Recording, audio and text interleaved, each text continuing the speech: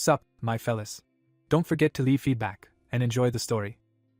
The city streets were calmer than ever. Crowds of people frequented the cafeteria every day. Gavin, our protagonist, lay face down on the table. His best friend noticed he was sleeping, and rushed to wake his friend so he could at least shovel down a hot meal. Suddenly, the protagonist woke up, smelling the delicious smell of food. Gavin began furiously grabbing everything in sight. The other cafeteria patrons froze in amazement. Gavin couldn't believe he'd actually been reincarnated. The protagonist's friend thought he was crazy, but MC persistently pestered him with the story of how he died of starvation in the ice apocalypse. The protagonist was glad that his comrade Yananiel was still alive. Having learned the real date, a boy realized that time was running out. After all, in half a month, this entire cozy world would plunge into a glacial hell, where -50 degrees would become the new norm. Yananiel continued to doubt Gavin's words, but he persistently asked for any help. Suddenly, the guys noticed Xenia, MC's ex-girlfriend, and her new boyfriend, walking casually toward the cafeteria. As it turned out, Gavin had sheltered her during the apocalypse, and treated her like a goddess while he himself was starving, but in return, she betrayed him again, so even his death is connected to her. Seeking revenge, our protagonist hit Xenia's new boyfriend. After all, the apocalypse wasn't just a disaster, but also an excellent chance to learn some basic skills. Ignoring his ex-girlfriend, Gavin decided to move on with his only companion Yananiel. His main goal was to get as much money as possible to stock up on supplies and gain an advantage before the apocalypse. Yananiel excitedly asks when Gavin became so strong. Xenia rages that Gavin hurt Zach and threatens that he will regret it. She orders Gavin to kneel and apologize to Zach, saying she will never forgive him otherwise. Gavin slaps Xenia as well, demanding who she thinks she is. Zach roars that he will use all his power to crush Gavin like an ant. Gavin immediately kicks Zach again, making him vomit blood mid-charge. Gavin swiftly grabs something from Zach's pocket as he collapses. Holding a small spray bottle, Gavin smirks that he knew he would find it, while Zach panics and asks what he is doing. Zach desperately rushes at him, shouting to give it back. Gavin taunts him, asking how many girls he has harmed with this spray. Zach denies knowing what he means and lunges to seize it. Gavin sprays the substance directly into Zach's face, and Zach realizes in horror what it is. Overwhelmed by the drug, Zach howls in agony as Xenia worries what is happening to him. Zach, eyes wild, tells Xenia to stay away while she anxiously asks what is wrong. A close-up shows Zach's pupils shrinking crazily as the aphrodisiac takes over. Losing control, Zach pounces violently towards Xenia. In his frenzy he rips Xenia's dress open, exposing her lingerie. Xenia panics, reminding him they are still in the cafeteria. Zach continues tearing her clothes while Xenia screams for help as bystanders watch. Gavin calmly tells Yananiel their 5 minutes are up and it is time to leave, while Yananiel wonders what on earth is happening to Zach. Gavin explains the spray is a powerful aphrodisiac Zach has used on many girls, some driven to suicide, and says he is just giving Zach his own medicine. Yananiel worries Zach might call the police, but Gavin says Zach will never dare expose his crimes, especially with so many victims. Gavin adds that Zach's pride as vast dragon group's heir ensures he will seek personal revenge instead. Yananiel agrees that Zach will likely only retaliate in private. Leaving the cafeteria, Yananiel asks where they are going next. Gavin replies with a smile that they are going to sell his house. The scene shifts to a real estate agency called Love Your Home Realty, as Yananiel calls after Gavin. At the agency, Yananiel protests that this is the only house Gavin's parents left him, but Gavin firmly signs papers to sell it. Gavin thinks that with 3.1 million cash from the sale he must stockpile supplies before the frozen apocalypse to gain an advantage. The realtor remarks that housing prices are rising and sees no reason for such a rush, but completes the transaction. Gavin drags Yananiel out, saying they are off to the next stop, while Yananiel wonders what they will do now. Gavin happily answers that they are going to spend money. They arrive at a large supermarket. Gavin orders 1,000 units each of rice, flour, and cooking oil. He also orders 10,000 cans of each variety of canned food. A shocked store clerk asks if he is sure about such a huge order. Gavin confidently confirms, while Yananiel jokes that Gavin seems to be stocking an entire supermarket. Gavin asks if the store can deliver all his purchases, and the clerk assures him they will handle delivery and unloading. Gavin asks Yananiel about his family's unused suburban warehouse, implying he will store the goods there. He tells Yananiel to lend him the warehouse and provide the address so he can keep buying more supplies. 2 female classmates recognize Gavin, gossiping that he was cheated on by Xenia and wondering what he is doing in this members-only supermarket. Gavin then orders multiple Alienware computers plus several TVs and game consoles. He reasons that when the icy apocalypse comes they will be stuck indoors, and thus need plenty of entertainment. The clerk happily calls him their biggest client of the year as the 2 girls gape in disbelief. The girls calculate that the electronics alone cost hundreds of thousands and marvel at how Gavin can afford it. Gavin enthusiastically tells the clerk to pack all the appliances and every down jacket in stock. One girl muses that Gavin must secretly be rich since he has already spent over $1 million. She concludes he is likely a hidden second-generation rich kid and decides they should seize this opportunity to cozy up to him. Gavin thinks he has nearly finished preparations for the apocalypse, and now needs to focus on something even more important. He hears a familiar feminine voice greeting him, saying it has been a while. Sharon Zeller and Jolene Little approach Gavin, flattering his improved looks. Gavin remembers that in his last life Sharon and Jolene formed a predatory gang during the apocalypse, and once robbed and stripped him, nearly freezing him to death. Sharon invites the seemingly quiet Gavin to eat with them, acting intimate.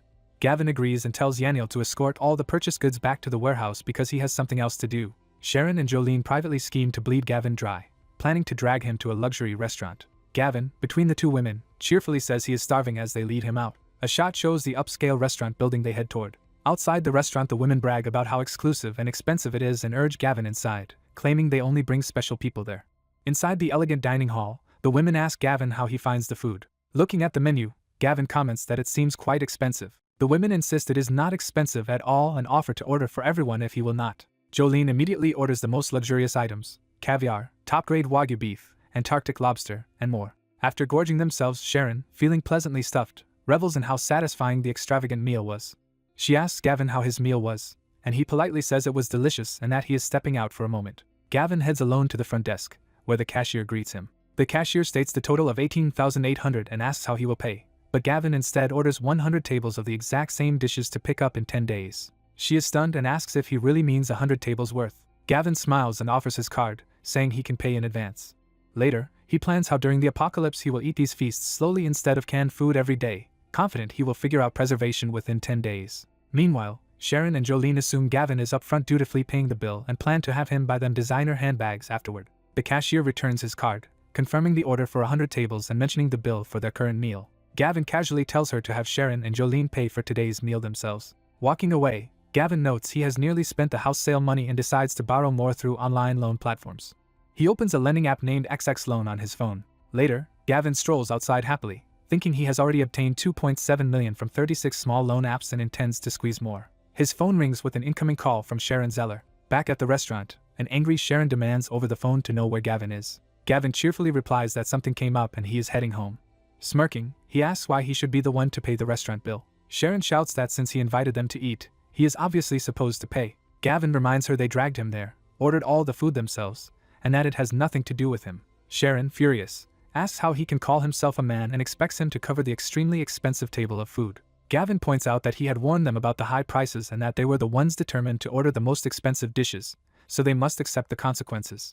Sharon rants to the restaurant staff that Gavin is a broke loser refusing to pay. Gavin, still on the phone, tells her to ask the restaurant whether he just ordered 100 identical tables of the same meal, which the cashier confirms. Realizing he must have money, Sharon anxiously begs Gavin to come back and pay the current bill too. Gavin hangs up, declaring he will not waste money on rotten idiots like them. Back in the restaurant, Sharon and Jolene panic because Gavin refuses to pay and they cannot afford the bill, while the cashier firmly states that the restaurant does not allow running a tab. The angry woman vows to call Hunter so they can lure Gavin over that night and teach him a lesson. Gavin stands outside a lottery sales office, considering his next move. Remembering his past life win, Gavin plans to use his clear memory of the lottery numbers to buy many tickets and fund his initial plans. Gavin purchases a lottery ticket matching the remembered numbers. Confident, Gavin thinks he only needs to wait 2 days for the lottery results. Gavin returns to Yananiel and calls out that he is back. Yananiel complains Gavin left him working and eating instant noodles while he played around, and Gavin promises to take him somewhere exciting that night. At a warehouse full of goods, Yananiel questions why Gavin is spending so much money on supplies. Gavin explains that when the coming frozen apocalypse arrives, these supplies will be life-saving and food will control desperate people, asking Yananiel to trust him. Yananiel says Gavin seems sane, but he still finds Gavin's apocalypse talk unbelievable. Gavin calmly says that in a few days Yananiel will understand he is telling the truth. Two thugs approach and ask if the boy they see is Gavin Clark. Gavin confirms his identity, and asks if they are working for Hunter Walsh. The bald leader accuses Gavin, a broke student, of flirting with Hunter's woman and threatens him. Yananiel nervously warns the thugs that he will call the police if they try anything. The bald thug mocks the idea of calling the police and threatens to break Yananiel's legs first. Gavin stops Yananiel, saying there is no need to involve the police. The thugs sneer that Gavin is a coward but are glad he is not calling the cops as they advance with clubs. Yananiel reveals his father owns Parker's building materials and begs them to spare Gavin. The bald thug politely says they will not touch the young Master Parker but insists they must still go after Gavin.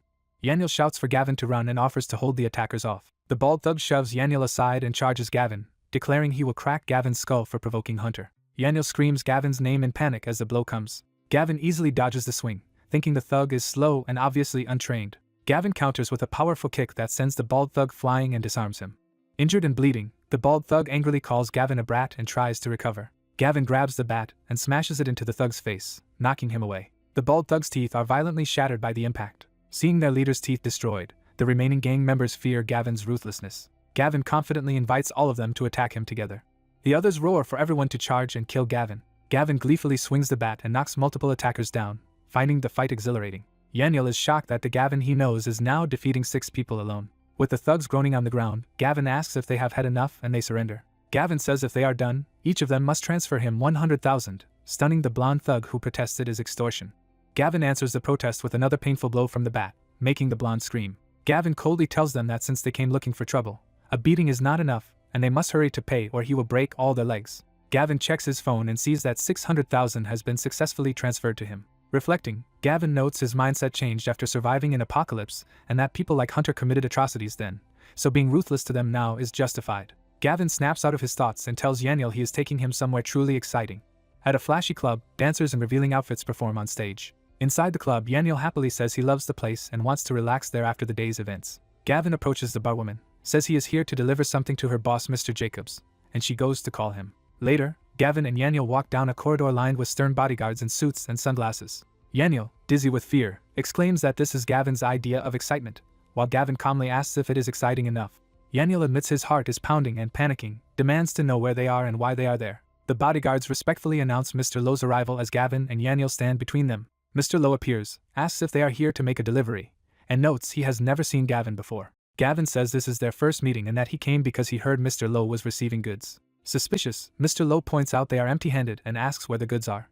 Gavin replies that the goods are inside their own bodies, amusing Mr. Lowe, who finds it interesting that someone would deliver themselves. Mr. Lowe then orders his armed men to seize Gavin and Yananiel. Surrounded at gunpoint, Yananiel desperately begs them not to be rash and again cites his father's position. Terrified, Yananiel asks Gavin what is happening and what kind of goods he is selling, while Gavin explains Mr. Lowe traffics human organs and that their bodies' organs are the goods. Yananiel freaks out at the mention of organs and shouts that it is impossible not to panic.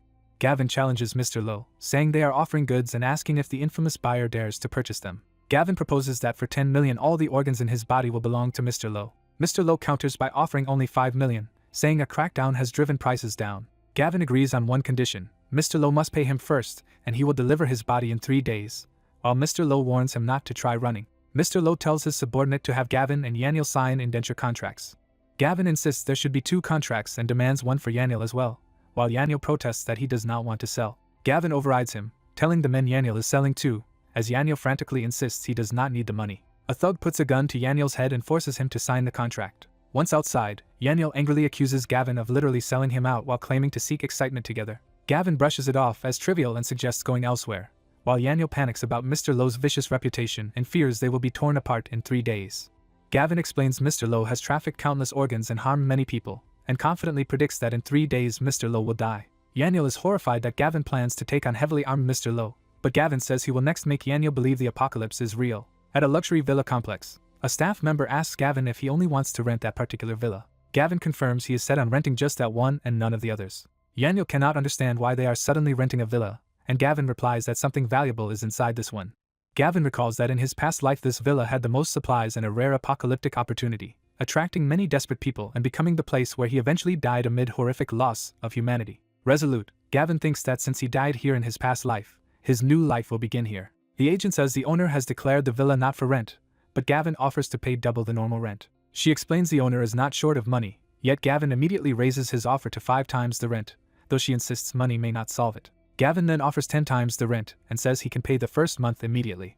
Seeing the huge commission, the agent excitedly promises to persuade the owner to rent the villa to Gavin no matter what it takes. Gavin adds the condition that he wants to completely renovate the house, and the agent readily agrees since it is basically an empty shell. Nearby, a middle-aged woman urges her daughter Xenia to seize an opportunity with Zach Young for the sake of her mother's future. Gavin recognizes Xenia Scott and explains to Yananiel that she is here because Zach owns a villa in this complex. Xenia turns and notices Gavin's presence.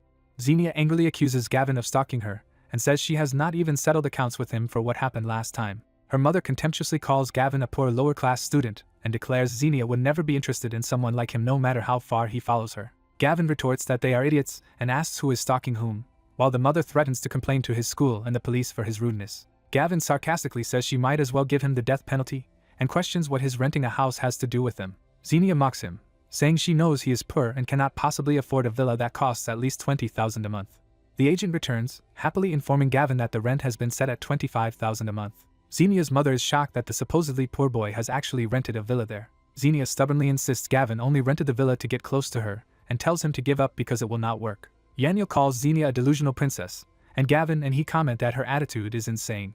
Xenia's mother dismissively says that even a rent of $25,000 a month is not high enough for Gavin to qualify as a proper simp for her daughter, and leads Xenia away. The agent reminds Gavin he agreed to pay 10 times the rent, meaning the first month totals $250,000, and he readily agrees to pay immediately. Hearing about tenfold rent, Xenia and her mother exclaim in disbelief, assuming Gavin is just putting on an act since they cannot imagine him having that much money. Gavin shows his phone and announces that the transfer of $250,000 has been sent. The agent hands Gavin the keys, saying the house is his to renovate as he pleases, and Gavin cheerfully heads off with Yananiel. Outside, Xenia's mother wonders if they misjudged Gavin's background after seeing the payment, while Xenia insists it is impossible since he is an orphan and vows to investigate. Later, Gavin asks Yananiel to help contact the boss of Heaven's Rainbow Decor, the city's largest renovation company, whom Yananiel's family knows. Gavin requests that Yananiel's father arrange an appointment so he can renovate the villa, and Yananiel is stunned that Gavin wants to renovate an unfurnished place he already overpaid for. Gavin tells Yananiel to stop questioning him and just set up the appointment, promising he will understand that night. Yananiel reports that his father pulled strings so Heaven's Rainbow's boss postponed other work to meet Gavin personally. Gavin praises Yananiel's father's connections and jokingly says he will repay him with a truckload of instant noodles, to Yananiel's dismay. Gavin confidently says that soon Yananiel's father will adore instant noodles, hinting at their future value. At Heaven's Rainbow Decor's building, a receptionist asks Gavin and Yananiel to wait for the CEO. Elsewhere, Xenia and her mother arrive at the same company, pleased that Zach is funding their renovation and trusting Heaven's Rainbow's reputation. Xenia then notices Gavin's group at the reception and listens as the staff asks whether they have an appointment. Xenia accuses Gavin of relentlessly following her even to this renovation company, insisting his efforts will never move her. Gavin complains to Yananiel about running into this pair of idiots again. Yananiel casually tells Xenia that Gavin is also renovating a place here, while she scoffs at the idea of someone renovating property he does not even own. Gavin introduces himself to the receptionist as Gavin Clark and states he has an appointment, and she respectfully asks him to wait. Watching, Xenia and her mother doubt Gavin is really there for renovation and assume he is pretending to be richer than he is. The CEO, Mr. Zhao, arrives and asks where the client with the appointment is. The receptionist points directly to Gavin, with Xenia and her mother standing beside him. Xenia's mother is thrilled, thinking Mr. Zhao has personally come thanks to Zach Young's influence. She smugly tells Gavin that Xenia's higher status is evident because the company boss is greeting her while Gavin has to wait. Xenia enthusiastically greets Mr. Zhao, saying it is a pleasure to meet him. Mr. Zhao, confused, asks if she is the one with the appointment. Xenia confidently claims she is the client who booked him. Mr. Zhao asks if her name is Gavin Clark, leaving Xenia stunned as she clarifies she is Xenia Scott instead. Mr. Zhao brusquely tells her to step aside if she is not Gavin Clark and stops her from interfering. Gavin steps forward, introduces himself as Gavin Clark, and addresses Mr. Zhao. Impressed by Gavin's youth, Mr. Zhao invites him inside to discuss details. Outside, Xenia and her mother fume and try to rationalize that Yananiel's wealthy family must have arranged this treatment rather than Gavin's own influence. A sign indicates they are now in the manager's office. In the office, Mr. Zhao warmly asks Gavin what kind of renovation he wants. Gavin explains that he wants to renovate a villa. Mr. Zhao says renovating a villa is a relatively small job, estimating typical budgets and offering to have his design director handle the details. Gavin instead asks Mr. Zhao to personally oversee their project. Mr. Zhao admits he only personally manages major projects because he is very busy. Gavin declares that his project qualifies as major, prompting Mr. Zhao to ask his budget. Gavin casually states a budget of at least 30 million, surprising but intriguing Mr. Zhao. Mr. Zhao is shocked and exclaims at the idea of spending 30 million on renovation. Still stunned, Mr. Zhao double-checks whether Gavin really means 30 million, not 3 million. Gavin calmly confirms that the budget truly is 30 million. When the design director arrives offering to handle the guests, Mr. Zhao waves him off and insists on managing the project himself. Mr. Zhao remarks that such money could buy an entire villa and asks what Gavin intends to turn the place into. Gavin presents his detailed blueprints and asks Mr. Zhao to review them. After reading the plans, Mr. Zhao is aghast, realizing Gavin wants to construct something like a heavily fortified fortress or bunker. Gavin says he can increase the budget if necessary and insists Heaven's Rainbow is the only firm capable of finishing his fortress-like design within half a month. Mr. Zhao reads the specifications: independent water, extreme cold AC, ventilation and filtration, and thick steel plating, and notes it would be an impenetrable war bunker, remarking that anyone would think it was preparation for an apocalypse. Gavin tells him to treat it as such, offering 20 million up front and another 5 million after completion, with the final payment 3 days after construction ends. Tempted, Mr. Zhao agrees enthusiastically, vowing to mobilize all company resources to build Gavin's safe house within half a month.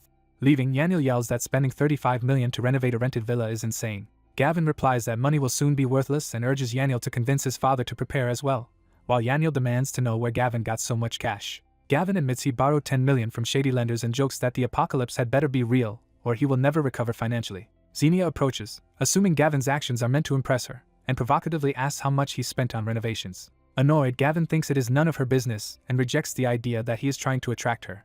Xenia's mother boasts that Xenia spent a full 1 million on renovations and taunts Gavin to show him what real wealth looks like. Yananiel counters that Gavin has spent 35 million on his renovations, making their 1 million insignificant.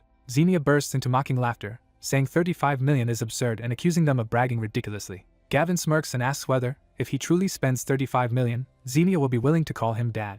Xenia insists she has already investigated and knows Gavin only sold a single modest house worth at most 3 million, accusing him of pretending and warning he may end up with nothing.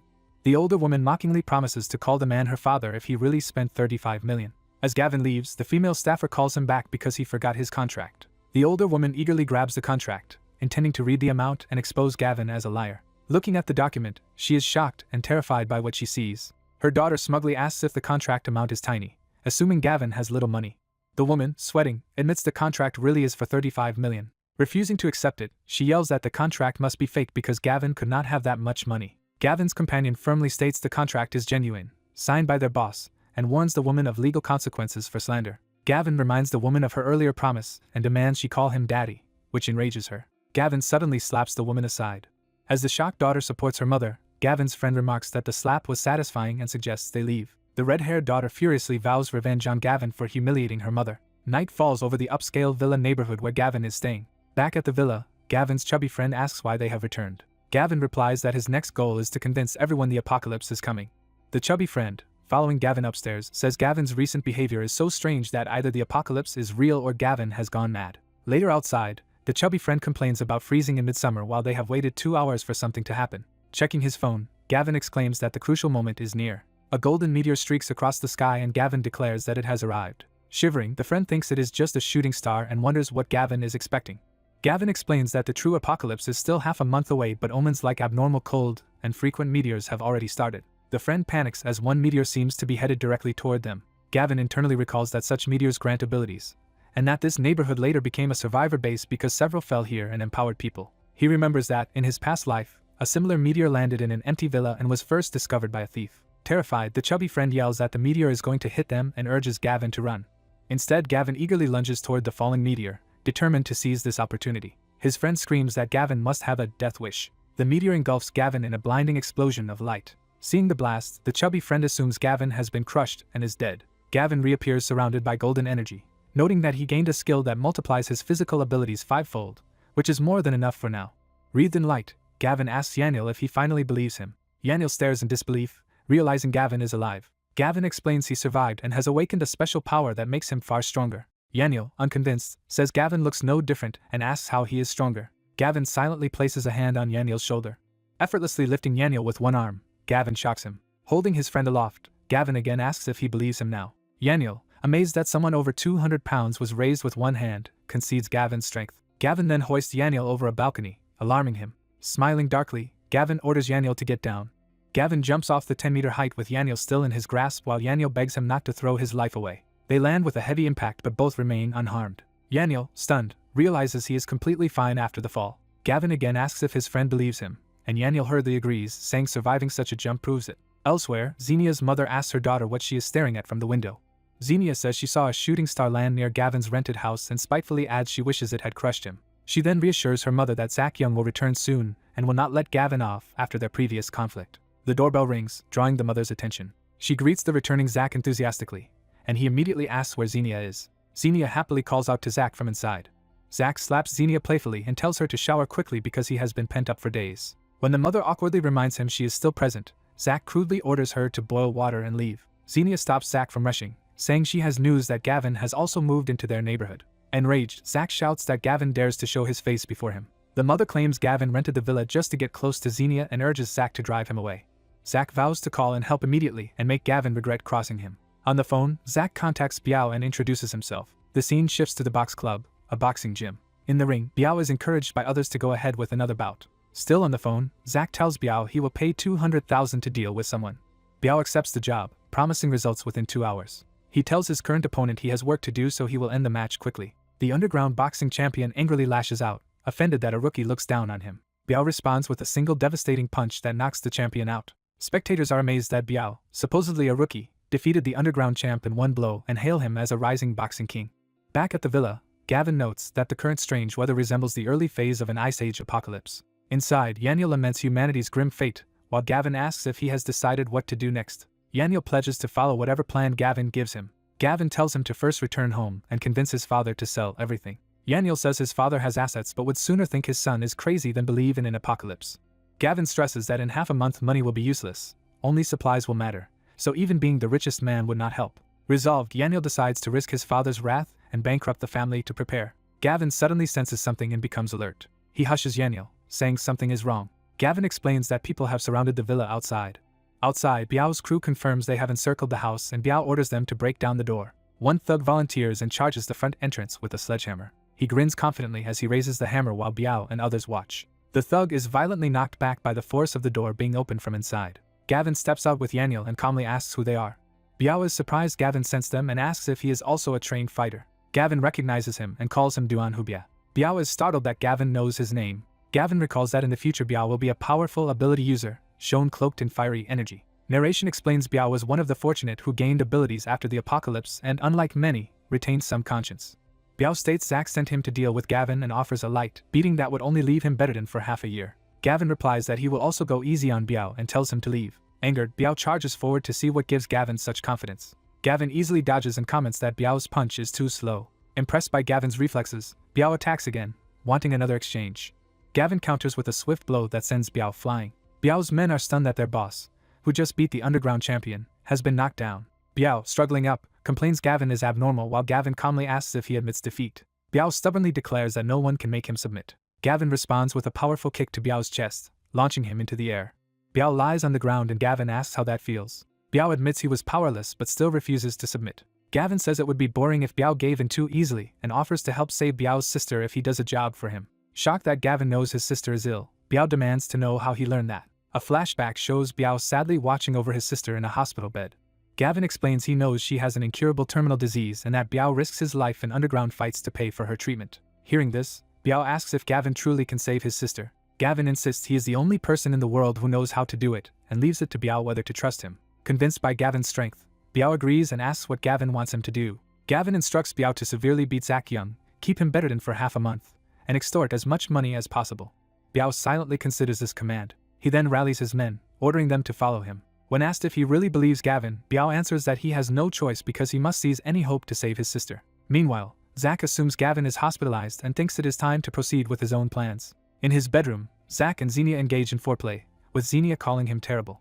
Loud banging at the door interrupts them, annoying Zack. Xenia's mother goes to the door complaining that someone is disturbing the couple. She opens it to find Biao and his men and demands to know who they are. Biao brusquely pushes past her, telling her to move. She scolds him for his rudeness and questions how he dares intrude there. Biao answers by slapping her aside and telling her to scram. Entering the hall, Biao greets Zack and asks if the job is done. Zack, assuming success, starts to mention the 200,000 payment he intends to transfer. Instead, Biao punches Zack hard, sending his phone flying. Xenia panics and Zack, shocked, yells at Biao for attacking him. Biao orders his subordinates to seize Zack. The men proceed to stomp Zack on the floor. While being beaten, Zack threatens Biao with his family's influence and promises any amount of money if Biao stops. Biao finally orders his men to halt. Zack, bruised but arrogant, thinks Biao has come to his senses and sneers that hitting him was a huge mistake. Biao instead relays Gavin's instructions, telling them to hang Zack up and continue beating him. Horrified, Zack calls Biao insane for turning on him. As they drag Zack away, he realizes Big Bro Clark must be Gavin and demands an explanation. Hung upside down, Zack says the most money he can access himself is 10 million, with more requiring family approval. Biao orders him to transfer that 10 million immediately. Later, Yananiel receives a text message on his phone. He tells Gavin their counselor announced a practical training outing for the next day and asks if Gavin will join. Gavin initially refuses. When Yananiel mentions the training is near the northern news city, Gavin suddenly takes interest. Gavin decides to participate since he planned to scout that area anyway, just as his phone rings. On the call, Biao reports that he forced Zack to hand over 10 million and has transferred the funds to Gavin, who acknowledges receiving it. Gavin visits a lottery betting station. He remembers he still has a lottery ticket and thinks that winning would let him buy many supplies. After checking, he is stunned that the numbers he remembered from his past life did not win this time. Suspecting the cause, he reasons that the butterfly effect is unlikely and concludes that the mysterious director must be acting before him. Accepting this setback, Gavin decides he will need another way to earn big money. The next day, students gather by a bus for practical training, chatting about starting too soon and hoping for good placements. Two female classmates angrily confront Gavin at the bus, accusing him of having the nerve to show up. Gavin calmly asks why he would be afraid to appear. They demand he explain why he supposedly dined and dashed on a 20,000 bill and insist he pay them back or they will be working for a month to repay it. Gavin bluntly asks what their debt has to do with him. The girl in green softens, coquettishly begging Gavin to cover the money and promising they will do anything he wants. The purple-haired girl flirtatiously suggests that if he gives them 20,000, they will not return to the dorm that night.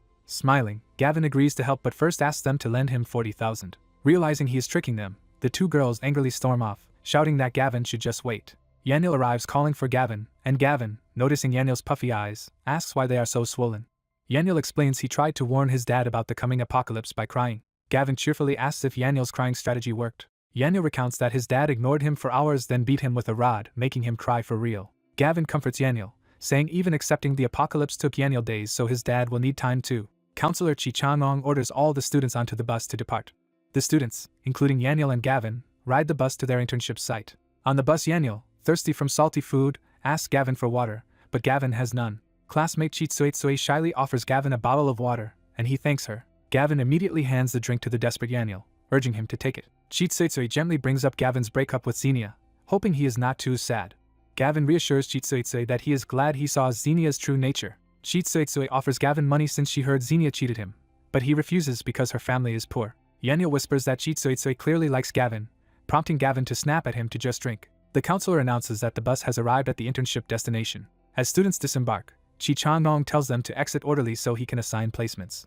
Other students explain there are 3 internship levels, with the 3rd floor best and the 1st floor just menial guard work. Chi Changong begins reading the names of those assigned to the prestigious 3rd floor. 2 female students celebrate that Hunter secured them 3rd floor posts and fret about the favor they promised him. Chi Tsui walks ahead, unaware the 2 plotting girls glare at her from behind. The 2 schemers decide Chi Tsui is an ideal, unprotected rural girl to target and choose her. Chi Changong next announces the list of students assigned to the 2nd floor. Gavin's group realizes none of their names were called and they have not even made the 2nd floor. The counselor then declares that Yananiel, Gavin and Chi Tsui will all intern on the lowly 1st floor. Chi Tsui worries they will learn nothing useful stuck on the 1st floor. Other students mock that it is expected for Gavin and Chi Tsui to be on the 1st floor but surprising for rich Yananiel. Gavin confronts Chi Changong, demanding to know why they were placed on the 1st floor. Chi Changong insists the placements were fairly arranged by the school and company and tells Gavin he should excel anywhere. Gavin warns that if the counselor is lying after claiming Chinese do not cheat their own, then he is a complete scoundrel. Chi Changong is outraged that Gavin dares to speak to him like that and hints at expelling him. He defends himself by saying even rich Yananiel was put on the 1st floor with poor Gavin, so he is being fair. Yananiel explodes, revealing Chi Changong tried to extort money from his father in exchange for a 3rd floor spot. The furious counselor calls Yananiel insolent. Yananiel smugly shows his phone, saying he recorded the bribery call and can prove everything. Another student, Wanda, intervenes, accusing Gavin's group of going too far. Wanda lectures them for upsetting the counselor and claims they lack respect for their teacher. The 2 scheming girls back Wanda, saying the counselor worked hard and ingrates like Gavin should not even get internships. Gavin coldly tells Wanda to get lost. Wanda insults Gavin as a lovesick loser dumped by Xenia and demands to know how Gavin dares speak to him that way. Gavin punches Wanda hard in the chest. Enraged, Wanda charges at Gavin, vowing revenge for being hit. Gavin easily catches Wanda's fist mid-attack. Wanda is shocked by how strong Gavin is. Gavin pummels Wanda repeatedly, telling him again to scram. Bruised and terrified, Wanda runs to the counselor claiming Gavin has gone crazy. Gavin continues beating him, asking if he heard the earlier warning. Chi Changong grabs Gavin, ordering him as a teacher to stop and apologize. Gavin knocks the counselor flying, mocking his claim to be a teacher. Yananiel exults that it feels great to see Gavin hit the corrupt counselor. Onlookers are stunned that quiet Gavin is now beating up the counselor. Clutching his swollen face, Chi Changong angrily expels Gavin from the internship program. Gavin replies that he does not care and threatens to beat the counselor to death if he keeps talking, punctuating it with another blow. With the counselor and Wanda lying on the ground, Gavin tells Yananiel it is time to leave. Yananiel asks what will happen to Chi Tsui if they go. Gavin calls out and invites Chi Tsui to come with them. Meanwhile, the scheming girls suggest to the counselor that Chi Tsui should move to the 3rd floor to stay with them, while he plots to get Gavin expelled. They coax Chi Tsui to join them on the 3rd floor, warning that staying near Gavin will ruin her job prospects. Gavin tells Chi Tsui to go ahead with her internship and to call him if anything happens, and she agrees. Gavin then turns to Yananiel, saying it is time to start their real business. At a huge logistics park, Gavin notes this warehouse complex controls daily supplies for all provincial supermarkets. Yananiel realizes Gavin plans to secure supplies from here, and Gavin confirms smartly. Yananiel frets that although the place has the most goods, they cannot just steal them or even get inside. Gavin notices a hiring area at the warehouse entrance and suggests checking it out. He politely asks the staff if they are hiring. The recruiters reply that they are only taking female workers, not men. Gavin and Yananiel are baffled about what to do since men are not accepted. Gavin decides Yananiel should fetch Chitsuitsui and bring her to apply instead. Meanwhile, on the third floor office, workers go about their business as Chi Changdong walks through. Sharon tells Jolene that Hunter called. Mr. Jiang urgently needs a virgin girl. They decide to verify whether naive Chitsuitsui fits that requirement. The women approach Chitsuitsui at her desk and ask how her work is going. Chitsuitsui happily says she has learned many things from Sharon and Jolene and thanks them. They brush off her gratitude, saying classmates should help each other, while hiding darker intentions. Sharon casually asks if Chitsuitsui has ever had a boyfriend, and she shyly admits she has not. Jolene excitedly proposes introducing Chitsuitsui to a boyfriend. Chitsuitsui declines, saying she only wants to earn money, but they insist a rich boyfriend would pay better than any job. When she still resists, they pressure her to at least meet the man and say she can refuse later. Time passes and the story shifts focus to the tall building where this will happen. As they escort Chitsuitsui to Mr. Jiang, she repeats that she does not want to date, but they insist he is a nice person. They present Chitsuitsui to Mr. Jiang, announcing they have brought the girl. Leering at her, Mr. Jiang praises Hunter for finding such a pure-looking girl. Sharon urges Chitsuitsui to greet Mr. Jiang, revealing he is the boyfriend they arranged, shocking her. Mr. Jiang, pleased with their work, promises each woman 30,000 yuan as a reward. Sharon then leaves Chitsuitsui alone with Mr. Jiang, telling him to enjoy while Chitsuitsui begs not to be left. The door slams shut behind Chitsuitsui, trapping her inside the office. Mr. Jiang propositions her, promising even more money than her classmates if she pleases him.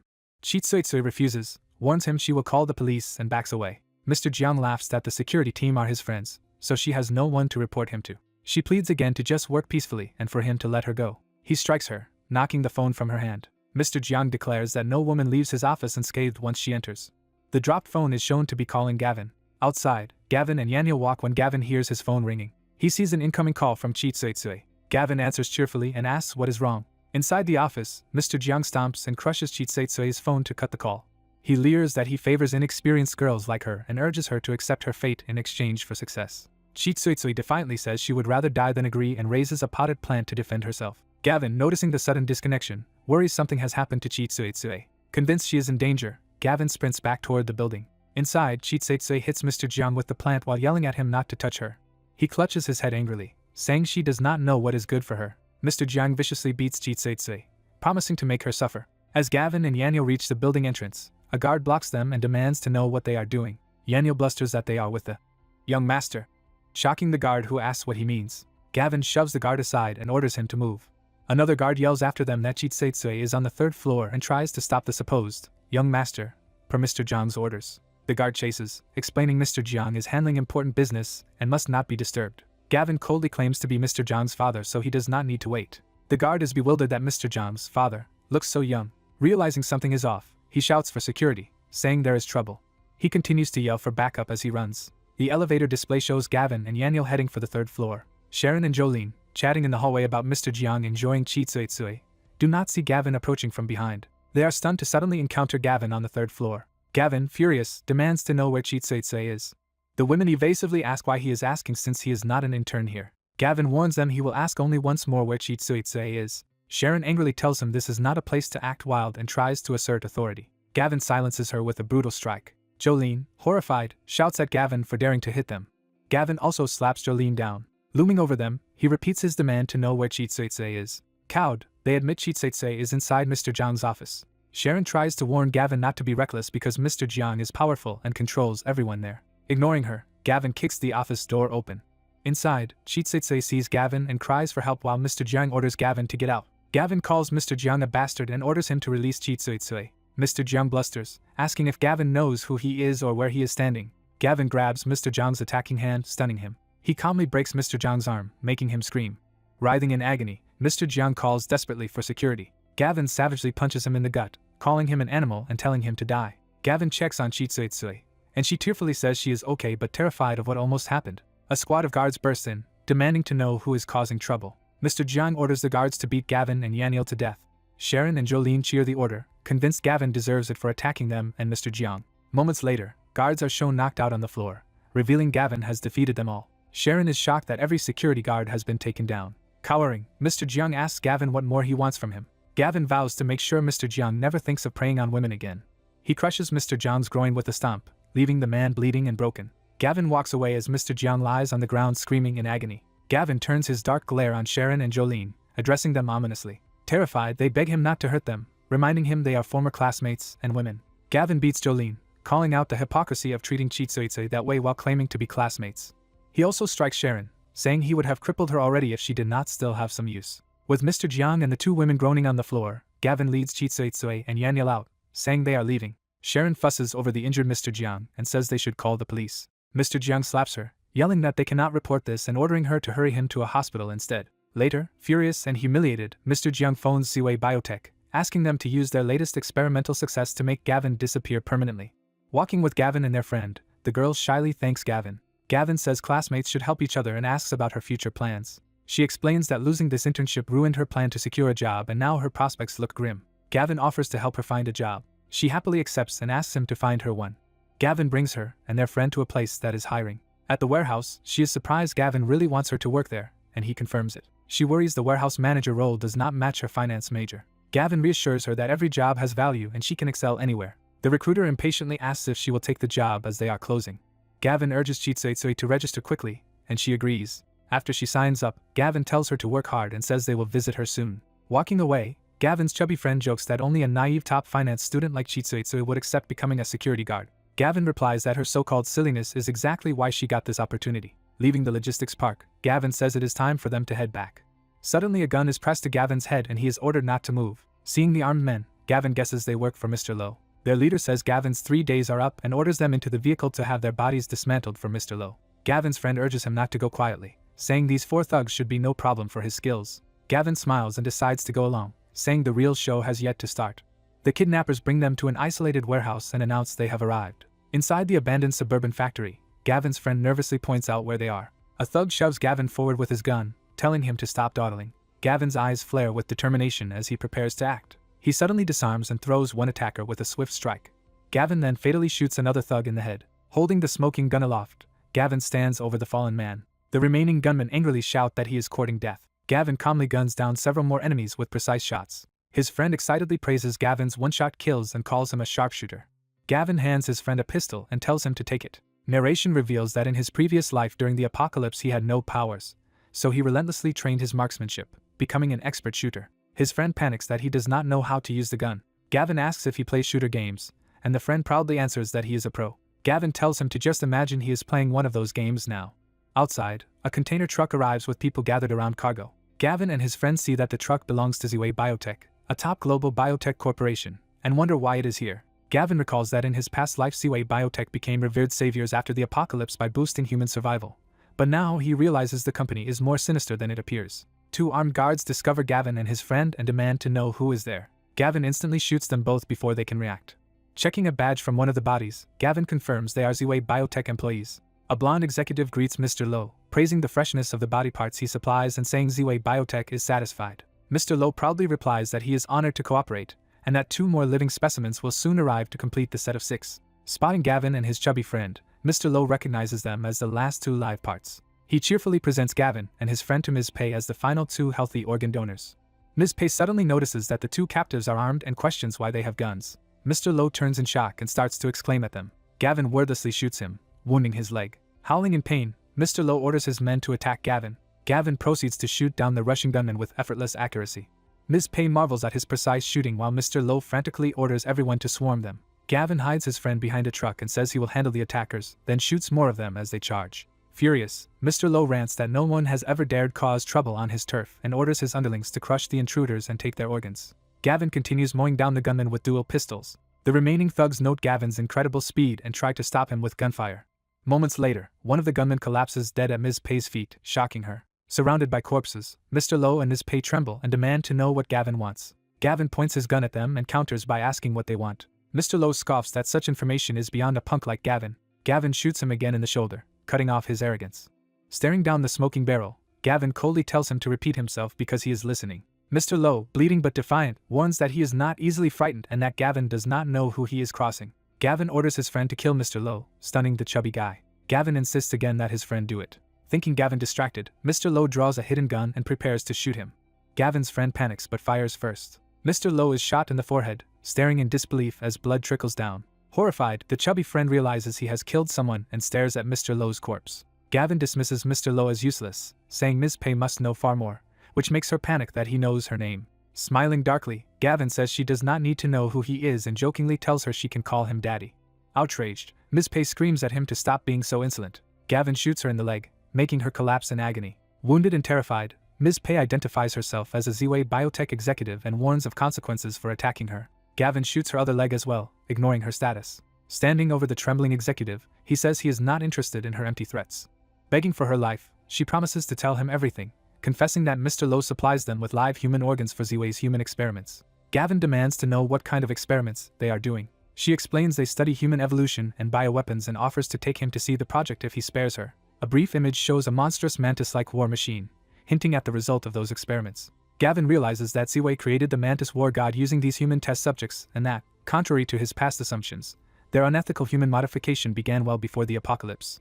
Ms. Pei panics that such a project is top secret and questions how he could possibly know about it. Nearby, Gavin's friend opens a container and recoils on discovering it is packed with human organs. Desperate, Ms. Pei proposes that Gavin join forces with Ziwei Biotech, promising him immense wealth and power in return for his skills. Gavin rejects her offer outright, saying he is not interested. She pleads not to be killed, insisting she can still be of use. Gavin mockingly asks in what ways she could be useful. She blurts out that she is very good at using her mouth, trying to imply another kind of usefulness. Her eyes widen in fear as she sees his reaction. Gavin coolly shoots her in the head, ending her life. He remarks that she could not even stop a bullet yet bragged about how good her mouth was. Gavin then finds and pockets a VIP keycard that grants access to Ziwei Biotech's headquarters. 3 days later, a fat shareholder of Ziwei Biotech angrily learns by phone that something serious happened at the company, and wonders who dared provoke them. As a minor investor, he rages at being kept in the dark and insists he has a right to know what is going on. A muscular subordinate named Hunter arrives, and the boss, Mr. Jiang, greets him. Mr. Jiang hires Hunter to eliminate a troublesome kid named Gavin.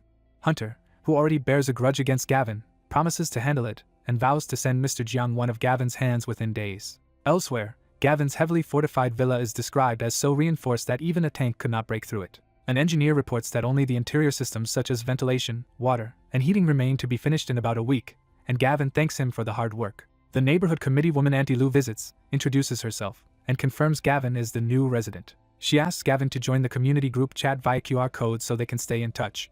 After he agrees and scans it, she asks if she can collect the many cardboard boxes left from his renovations. Gavin says he does not need the boxes but claims it is inconvenient to go inside right now. Auntie Lou presses, saying she can just fetch a cart and take them herself, but Gavin insists again that it is inconvenient because construction is rushed and he does not want delays. Irritated, she calls him stingy and says grabbing some cardboard will not delay anything, attempting to push her way in, so Gavin counters by offering to bring the boxes to her home in a week. She angrily refuses, saying the boxes might be sold by then and she wants them now.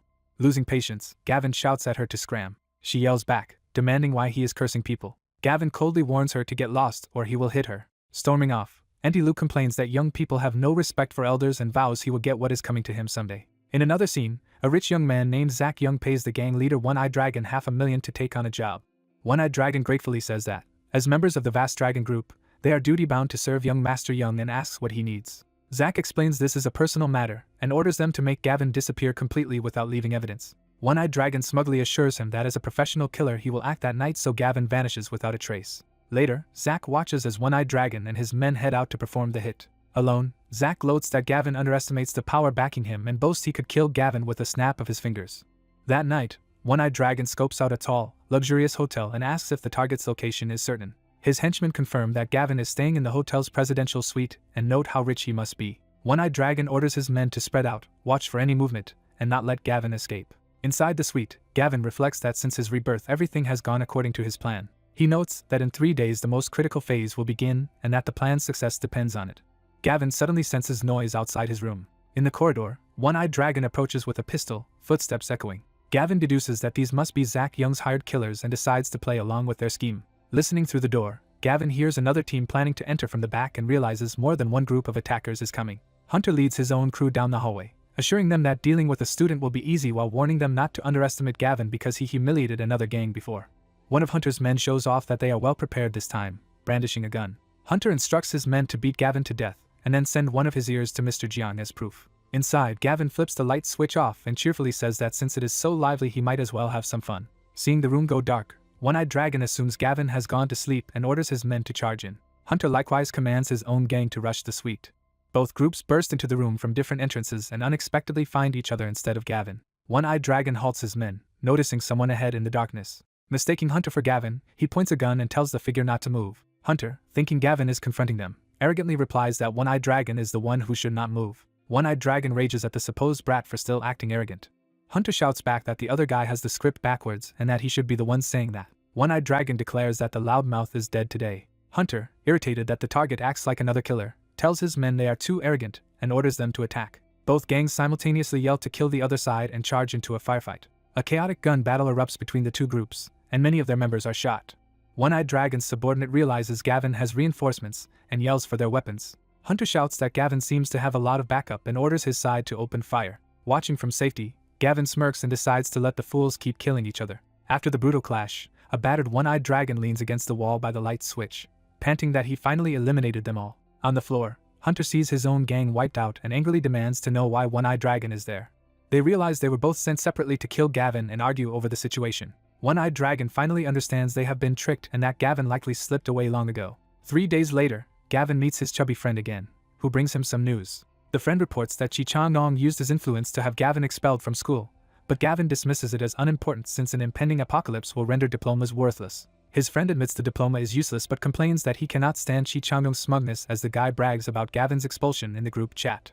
Gavin sees messages on his phone and smugly decides he knows how to deal with his enemy. In the class group chat, Counselor Chi announces Gavin Clark will be expelled for attacking a teacher. Wanda insults Gavin as trash, and she taunts Gavin that expulsion will ruin his future. Reading this, Gavin's expression turns cold and serious. She keeps mocking Gavin in the chat, and Gavin replies by calling him an idiot. She curses Gavin as an unemployed bum, so Gavin publicly accuses Chi of having an affair with Principal Lee's wife and claims there is surveillance evidence.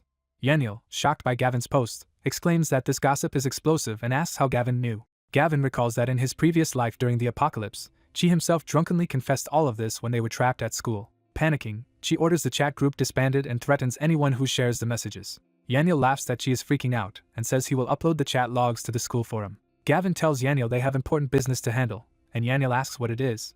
Gavin asks if Yananiel's dad still does not believe their warnings, and Yananiel says his dad almost wants to commit him. Gavin promises that after today's business he will accompany Yananiel to convince his father. Night falls over an urban neighborhood. Yananiel wonders what big event could happen in such a place as Gavin says they have arrived. Looking at a nice house, Yananiel comments that it is considered wealthy for this area.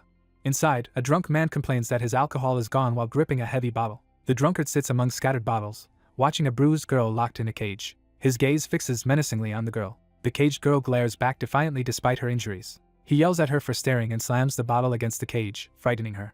He rants that her mother's dowry money is spent and says he will sell her family's house for more cash. Laughing wickedly, he adds that before selling the house he will sell the girl to buy liquor. He drags the girl out of the cage by her hair while she screams. Holding her by the hair and chin, he boasts that he beat her mother to death for disobeying him and threatens the girl with the same fate. In desperation, the girl bites his hand hard.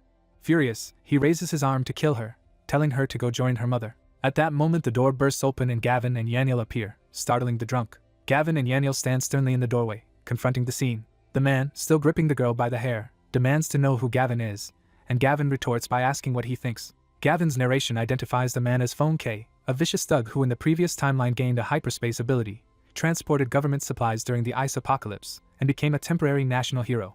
He recalls that Phone later stole a massive shipment while sent to rescue a city, causing 1 million people to freeze and starve. Gavin remembers that Phone eventually died to an ice demon and his hyperspace storage, full of supplies, vanished with him. Gavin is surprised to see a little girl here, noting she never appeared in his previous life. Thinking Gavin and Yananiel are traffickers, Phone cheerfully offers to sell the skinny but pretty girl to them for extra cash. Outraged, Yananiel points at Phone and calls him a beast, stunning Phone. Yananiel repeats that Phone is worse than an animal. Phone angrily calls Yananiel a human trafficker as well and accuses him of hypocrisy. Yananiel shouts back that he is no trafficker and indignantly asks how he looks like one. Phone raises a bottle and threatens to crack Yananiel's skull for causing trouble. A gunshot hits Phone in the leg, making him scream. Gavin praises Yananiel's improving aim as Yananiel calmly holds the smoking gun. Clutching his bleeding leg, Phone trembles and demands to know who they are. Yananiel, furious about Feng's abuse, vows he will not let such a man go free. As Phone struggles on the floor, the girl seizes a bottle and smashes it over his head while another shot rings out. Gavin and Yananiel stare in shock at the girl's sudden attack. Bleeding from the head, Phone curses the girl for daring to hit him. She smashes the broken bottle down on his skull again. Phone collapses, and the girl stands over him with the bloody bottle while he threatens revenge. Trembling but resolute, she raises the bottle high to strike once more. Yananiel instinctively moves to stop her, but Gavin holds him back, telling him to let her vent her rage. Gavin thinks that the girl's accumulated hatred must be immense and that stopping her now would leave her psychologically scarred. The girl's hand shakes as she grips the bloody bottle. Fong lies motionless in a pool of blood while the girl stares at his body, still trembling. Yananiel exclaims that Fong is dead, and Gavin coldly says a man like him deserved it. Gavin notes it is almost time for his next plan and instructs Yananiel to wash the blood off the girl and comfort her while he goes to the rooftop.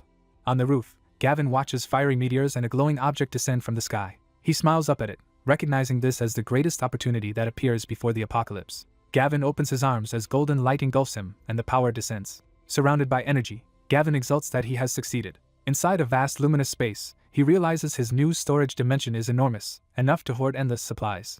Later, on the rooftop under the night sky, his phone vibrates, drawing his attention. He spots a police car arriving near the building and is surprised. A handcuffed bald man tells the police that Fong K arranged to sell him a girl at this address. The officers prepare their weapons and order all units to move into the house. Cleaned up and changed, the rescued girl now stands shyly in the living room. Yananiel cheerfully tells Gavin that the girl looks quite cute now that she is cleaned up. Gavin warns Yananiel that the authorities are outside. Yananiel panics about the corpse and guns still in the house. Gavin says there is no need to flee because with his new ability the situation is different now. Using his space, he makes Feng's corpse suddenly vanish, astonishing Yananiel. Police burst in and shout for Gavin and Yananiel to freeze. An officer points a gun and asks which of them is Fong K. The bald buyer insists Fong is not present while Gavin, Yananiel and the girl stand with their hands raised. The officer demands to know why Gavin and Yananiel are there. Gavin smoothly claims he is the girl's distant cousin who came to check on her. Yananiel backs him up, saying he is Gavin's classmate who accompanied him. An officer gently asks the girl for her name, telling her not to be afraid. She introduces herself as Cece. The officer then asks Cece if she knows Gavin. Cece affirms that Gavin is indeed her cousin, as her mother once told her. Satisfied, the officer tells them to inform him immediately if they learn anything about Fong K and then leaves. After the police depart, Yananiel sighs with relief and urges that they leave quickly. Cece quietly tugs Yananiel's sleeve, wanting to stay with them. Yananiel realizes he almost forgot about Cece and wonders what will happen to her now that Fong is dead. Gavin asks Cece if she would like to come with them. Cece happily nods her agreement. Yananiel suggests they take her in since she cannot survive alone, and Gavin agrees but says he will not support freeloaders. Gavin asks Cece if she knows how to cook instant noodles. She enthusiastically answers that she does. Gavin smiles and tells them all to leave together. The trio walk down the street under the night sky, discussing going for hot pot and whether Cece can handle spicy food. The narration notes 3 days remain until the ice apocalypse as Gavin and Yananiel approach Yananiel's luxurious family estate, where Yananiel admits he is still scared. Gavin replies that there is nothing to fear, insists the apocalypse is definitely coming in 3 days, and says they must persuade Yananiel's father today. Inside, Yananiel's father dismisses their warnings as nonsense and orders them out. Yananiel urgently protests that Gavin is telling the truth and begs his father to act before it is too late. His father angrily repeats that they should leave and stop disturbing his tea. As he reaches for his teacup, Gavin secretly makes it vanish with his spatial power. Yananiel's father is baffled to find his tea suddenly gone. Gavin cheerfully admits he took it and explains this is the superpower he mentioned. The skeptical father assumes it is just a magic trick and says he cannot be fooled so easily. Gavin then makes the sofa disappear, causing the father to crash to the floor. Stunned and bruised, the man stares at the empty space where the sofa was. Gavin asks if he believes him now. Still doubtful, the father claims they must have prepared this stunt and declares he will not be convinced so easily. Gavin removes the floor beneath his hand as well, making it briefly vanish. The father again falls on his face, groaning in pain. He challenges Gavin that he will only believe if Gavin can make everything in the room disappear. Gavin obliges, leaving the father standing in a completely empty, sparkling room. Seeing that all the furniture is truly gone, the father finally admits it, and Gavin asks again if he believes. In a panic, the father slaps Yananiel, as if to check whether he is dreaming. Yananiel yelps and asks why his father hit him. Realizing it is real, the father declares he is not dreaming and that he believes in Gavin's power. The next day, narration states there are 2 days left until the ice apocalypse. Gavin receives a phone notification that 760 million renminbi has been transferred to his account. Yananiel excitedly shows Gavin the message, saying his father has wired them over 700 million. Gavin tells Yananiel to split up. Yananiel must buy supplies, focusing on cold weather gear and necessities, while Gavin will inspect the villa and purchase weapons if possible. Gavin arrives at his newly renovated villa, admiring its defensive layout. The contractor, Mr. Zhao, reports that all construction and renovations have been completed exactly according to Gavin's specifications and asks for his opinion. Gavin says he is very satisfied and praises Zhao for his work. Zhao proudly explains that this was their company's most difficult project, designed to let someone survive inside comfortably throughout an apocalypse if they have enough supplies. Gavin promises to send the final payment soon, and Zhao prepares to leave. Gavin stops him to say something more. He advises Zhao not to go out for the next 2 days and to stockpile food and supplies at home. Zhao, puzzled, asks if some disaster like a typhoon is coming, and Gavin replies that a once-in-a-century super typhoon is indeed on the way. Zhao decides to follow Gavin's advice, seeing it as a good excuse to rest at home for a couple of days. Soon afterward, trucks rumble up to the villa, delivering mountains of goods Gavin has ordered. Yananiel returns with the purchase supplies, proudly saying he bought only the best and most expensive items. Gavin tells him to move everything into the villa so he can store it all in his superpowered space. Nearby, a grandmother and grandson watch the massive delivery and wonder if Gavin's family is opening a supermarket. The boy tugs his grandmother's hand, begging for a lollipop from the boxes. She lifts him onto the stacks of crates, promising to get one for him. Later, Yananiel rushes to Gavin saying he has a problem. He confesses that even after all his shopping he has not managed to spend more than 100 million. Gavin says he will send Yananiel the locations of several large grain depots and orders him to buy all the grain stored there. Gavin narrates that in his previous life those granaries were seized by villains, and this time he intends to cut off their future source of power. A worker tells Gavin that one last batch of crossbow crates cannot be moved because an old lady is blocking them, so Gavin goes to investigate. The grandmother hacks at one of Gavin's boxes while her grandson demands his candy, and she assures him she is opening it. Gavin arrives and demands to know what she is doing. She cheerfully says that since Gavin bought so much, her grandson just wants a single lollipop and assumes Gavin will not mind. Gavin icily replies that he does mind. The woman scolds him for being stingy, claiming that taking a lollipop should count as his apology for their earlier conflict, and even offers to haul away more boxes for herself. Gavin angrily orders her to get out and leave his property. She shouts back that as deputy director of the neighborhood committee she can take things from anyone's house and accuses him of disrupting community harmony. Gloating, the boy brandishes the lollipop he has taken while standing atop the boxes. Gavin yells at the woman to get her grandson down from the dangerous pile. The brat refuses, calls Gavin names, and boasts he will defeat him like a game villain. Fed up, Gavin rolls up his sleeves and again orders the child to come down. The woman frantically tells Gavin to back off and get away from them. The boy slips and falls into a box of crossbows with a thud. Several crossbow bolts jab painfully into his backside. Screaming in agony, he howls that it hurts over and over. Gavin's relative clutches her crying grandson who was shot in the butt with arrows. Gavin smirks, feeling the boy got what he deserved. The furious grandmother yells that Gavin injured her grandson and vows to return for compensation. Gavin oversees large deliveries while two women watch from afar, puzzled. The red-haired woman wonders why Gavin is buying so many supplies.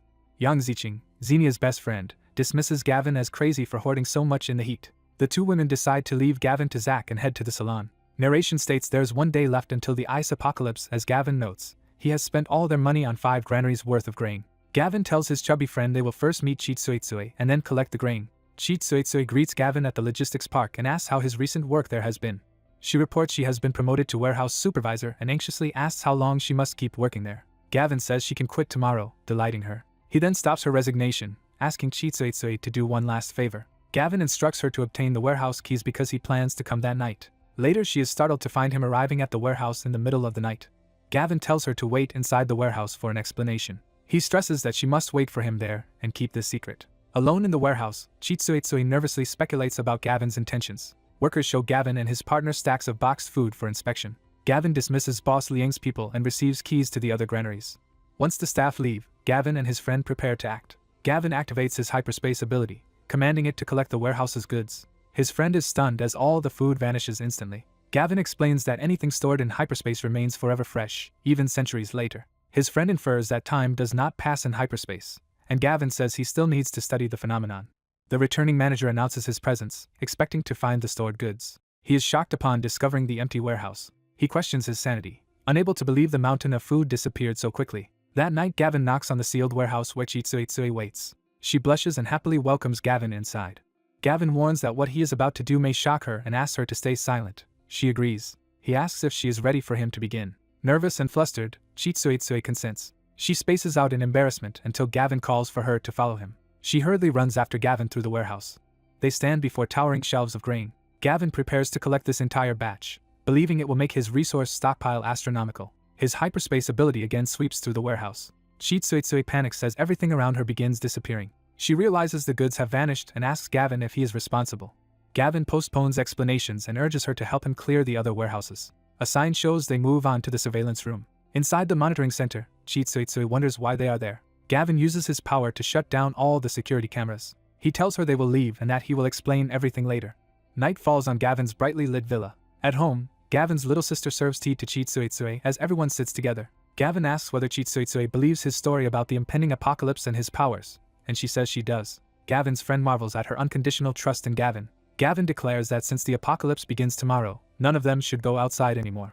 Chitsuitsui asks to run one last errand, and Gavin warns her to return before noon the next day. Narration marks the ice apocalypse countdown at 0 days as someone pleads with a man called Young Master Young, saying their previous attack on Gavin was a mistake. The eye-patched henchman explains they accidentally clashed with another group also trying to kill Gavin and promises it will not happen again. Zach Young complains that dealing with Gavin keeps going wrong and says his patience is gone. He decides to personally handle Gavin this time, arming himself.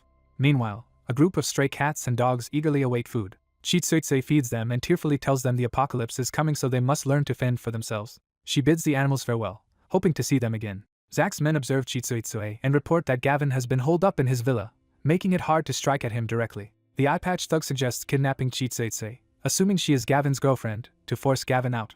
Gavin's friend receives a shocking phone call. He relays that Zach Young has captured Chitsuitsui and demands Gavin come alone. Gavin coldly remarks that Zach is courting death and will not live to witness the apocalypse. The scene shifts to a grim, fortress-like building where the confrontation will occur. In an alley, Gavin approaches Zach, whose men hold the bound Chitsuitsui, and Zach mocks Gavin for daring to come. Gavin demands they release Chitsuitsui first. Zach orders his men to let her go so the fight can begin. Chitsuitsui runs to Gavin's side, relieved. Zach sneers at their trust and immediately fires a gun at them. Chitsuitsui screams as the shot rings out. Gavin pulls her down and successfully dodges the bullet. Zach is stunned that Gavin managed to evade his shot. Gavin checks if Chitsuitsui is hurt. She urges him to flee because the attackers are armed. Gavin tells her not to be afraid and insists he will handle the rest. Facing Zach, Gavin states he had intended to spare him for a few more days, but now plans to kill him sooner. Zach orders his men to torture Gavin slowly instead of killing him quickly. One thug boasts he will deal with Gavin and charges in. Gavin easily floors the attacker with a powerful blow, asking if he came here just to die. The remaining henchmen are shocked by Gavin's strength. The eye-patched man sends more underlings to swarm Gavin. Two knife-wielding assailants rush Gavin. Gavin seizes one attacker's knife arm to block the strike. He turns the weapon back on the man, stabbing him. Gavin then slashes and cripples the legs of several more enemies, leaving them screaming. Chitsuitsui watches in awe, realizing Gavin is far stronger than she imagined. Zach and his eye-patched lieutenant cannot believe Gavin's combat skills, but the lieutenant reminds Zach they still have guns. The lieutenant points his gun at Gavin, daring him to dodge a bullet. A gunshot hits the lieutenant instead, shocking him. Gavin says he also has a gun, revealing he had armed himself. Zach cries out in disbelief as his trusted lieutenant falls dead. Chitsuitsui is horrified to see Gavin kill someone. Zach panics and tries to run away. Gavin shoots Zach in the leg to stop his escape. Standing over him, Gavin asks if he really thought he could run. Zach, bleeding and terrified, claims he is heir to the vast dragon group and insists Gavin cannot touch him. Gavin responds by shooting him again in the leg. He coolly states that he already has hurt Zach. Zach, broken, begs Gavin for mercy and offers to pay whatever amount Gavin demands. Gavin names his price as 1 trillion. Zach is stunned into speechlessness. He protests that no one could possibly pay such a sum and accuses Gavin of joking. Gavin says that because Zach cannot pay yet still postures, he will instead give him a painful lesson and punches him. Zach screams and begs Master Gavin to stop beating him. Gavin calls him a coward and continues the beating, saying he promised to finish him today. A police car suddenly arrives, officers ordering everyone to freeze. Gavin realizes Zach had secretly called the police when the situation turned against him. Zach gloats that Gavin has now assaulted people in public and predicts he will spend his life in prison. Gavin then strikes Zach in the groin, causing him to howl in agony. Zach shrieks that Gavin has crushed his manhood. Gavin explains that he is sparing Zach's life not because of the police but because he wants Zach to suffer through the coming apocalypse, while officers shout for Gavin to drop his gun. Gavin declares confidently that he will never be captured. The police move in to cuff him where he stands among the wounded men. Gavin calmly counts down under his breath. At that moment snowfall begins, prompting an officer to note that time is up. The officers look up in confusion as snow falls around them. Gavin and everyone else wonder why it is suddenly snowing heavily in midsummer. A protective dome of frost forms over the cityscape.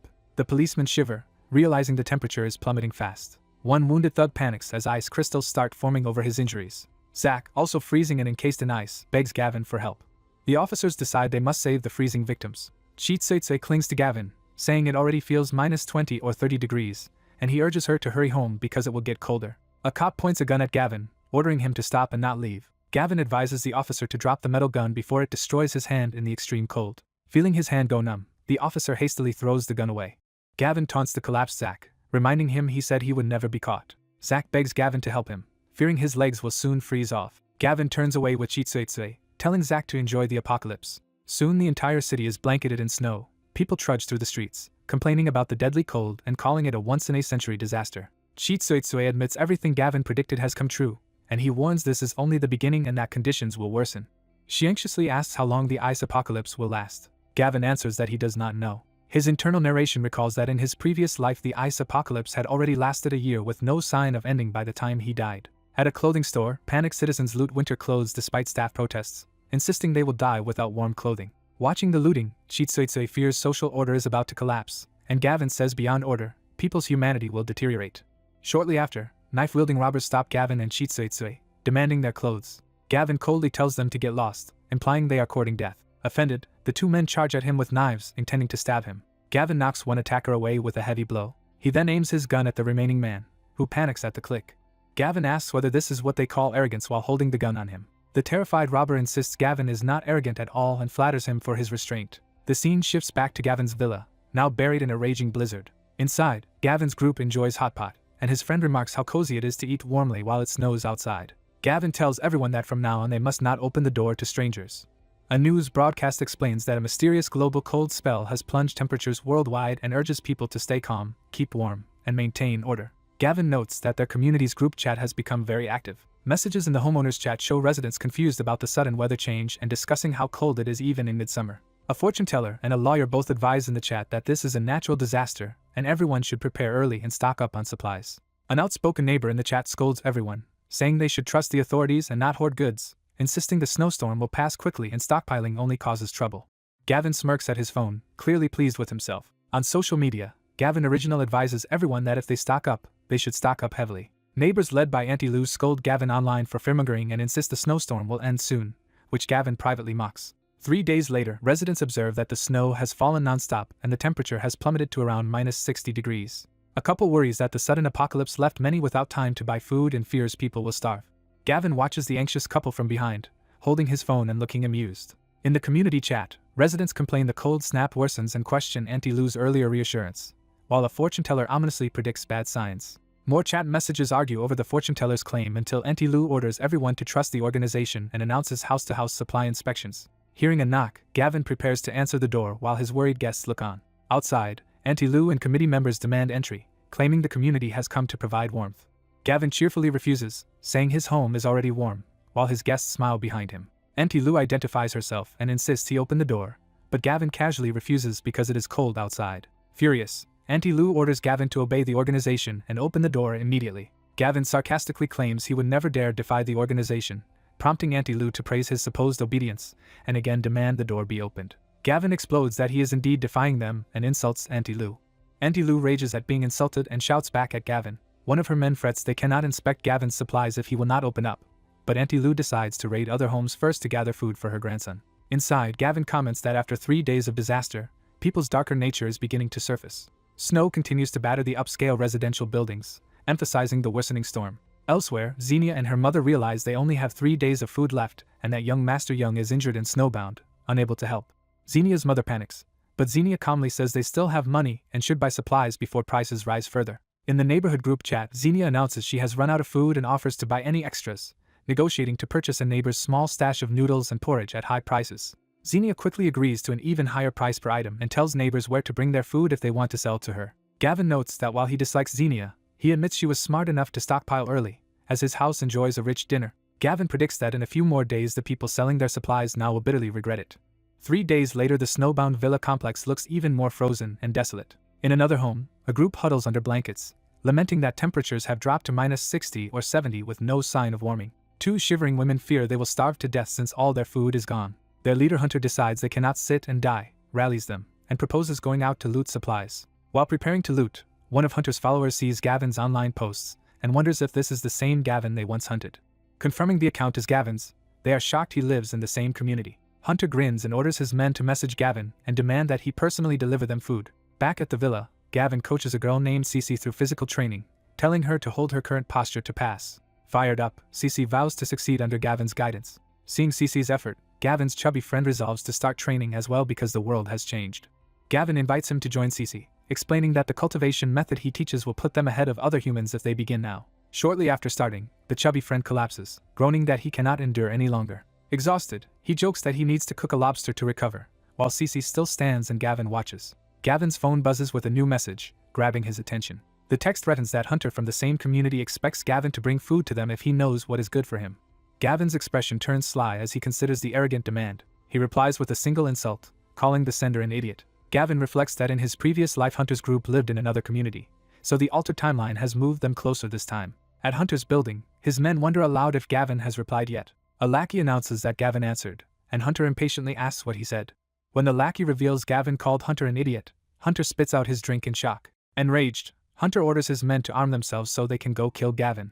The armed group marches through the blizzard toward Gavin's snow-covered villa. Meanwhile, Xenia's mother frets that their purchased food will only last 2 days and asks if Sak-young has contacted them. Xenia says he is recovering and busy but has vowed to come later and kill Gavin. Xenia's mother remembers that Gavin bought huge quantities of supplies before the apocalypse. Xenia recalls seeing dozens of trucks delivering goods to Gavin, realizing his stockpile is massive. They wonder if Gavin somehow anticipated the disaster but dismissed the idea, echoing Zak's claim that even authorities could not predict this sudden snow apocalypse. Xenia's mother suggests that since Zak cannot come soon, they should not let Gavin's huge stash go unused. Confident, Xenia says she knows how to manipulate Gavin, whom she calls a simp, and plans to make him deliver supplies willingly. At the villa gate, Hunter's group arrives with weapons, identifying the house as Gavin's. Inside, Gavin's friend sees Hunter's group on the monitor and alerts Gavin that people have come. Gavin stays calm, recognizing the visitors as Hunter and his gang.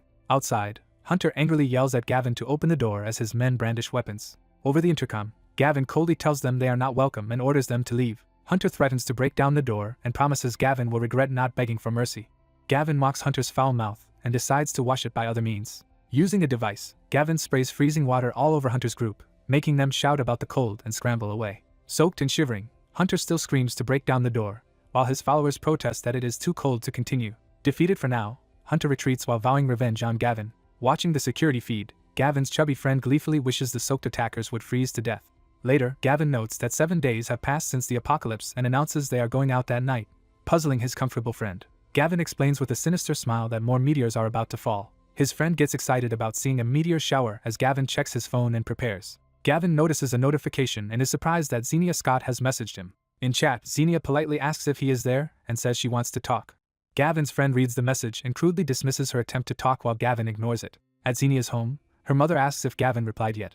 Xenia smugly assures her mother that since she initiated contact, Gavin will be thrilled and is sure to respond. Half an hour later, Xenia anxiously stares at her unanswered string of messages. She grows angry and confused that Gavin still has not replied.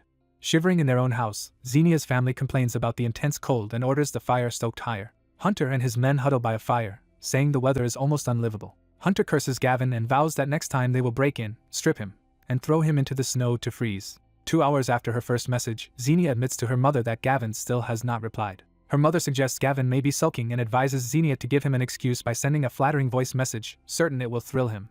Xenia records a syrupy voice message asking about Gavin's well-being and hinting concern about the changing weather. The completed voice message is sent to Gavin's account. Hearing it, Gavin sneers that since Xenia wants to act, he will play along for his own amusement. Into his phone he tauntingly asks if she misses her daddy, mocking her. Xenia arrogantly assumes Gavin has fallen for her act again and boasts to her mother that he always obeys her.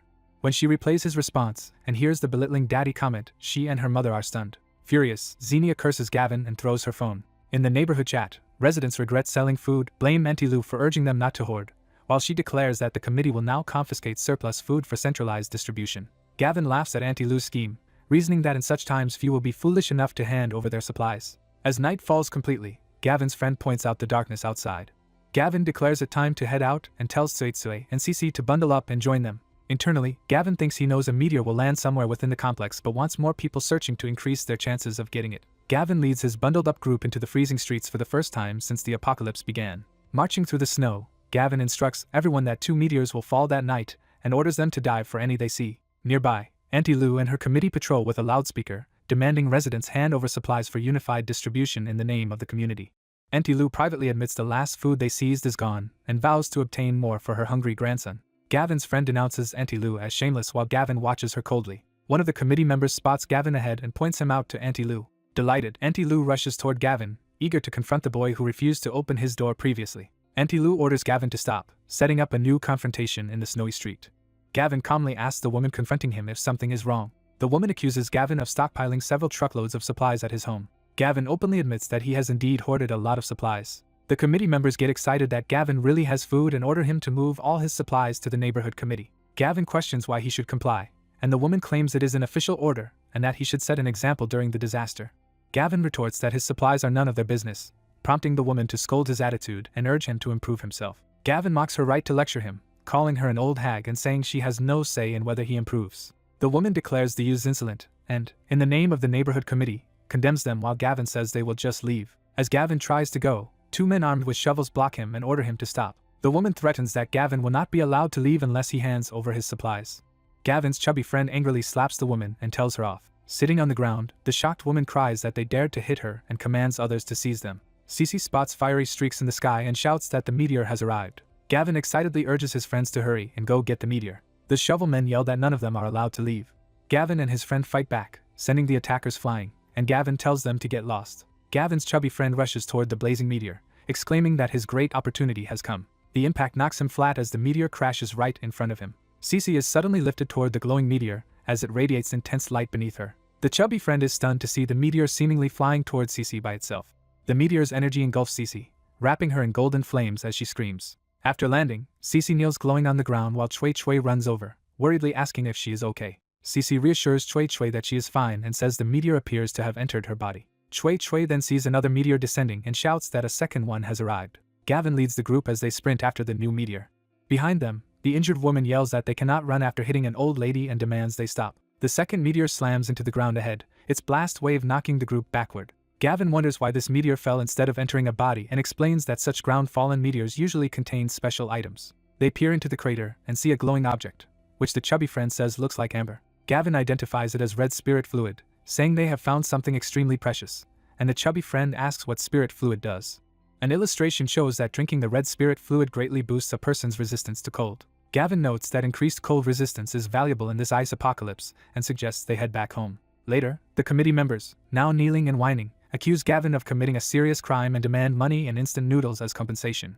Gavin looks at them with disdain and calls them idiots. The subordinates ask Auntie Lou what to do since Gavin is defying their authority, and she decides to collect supplies from other houses first and deal with him later.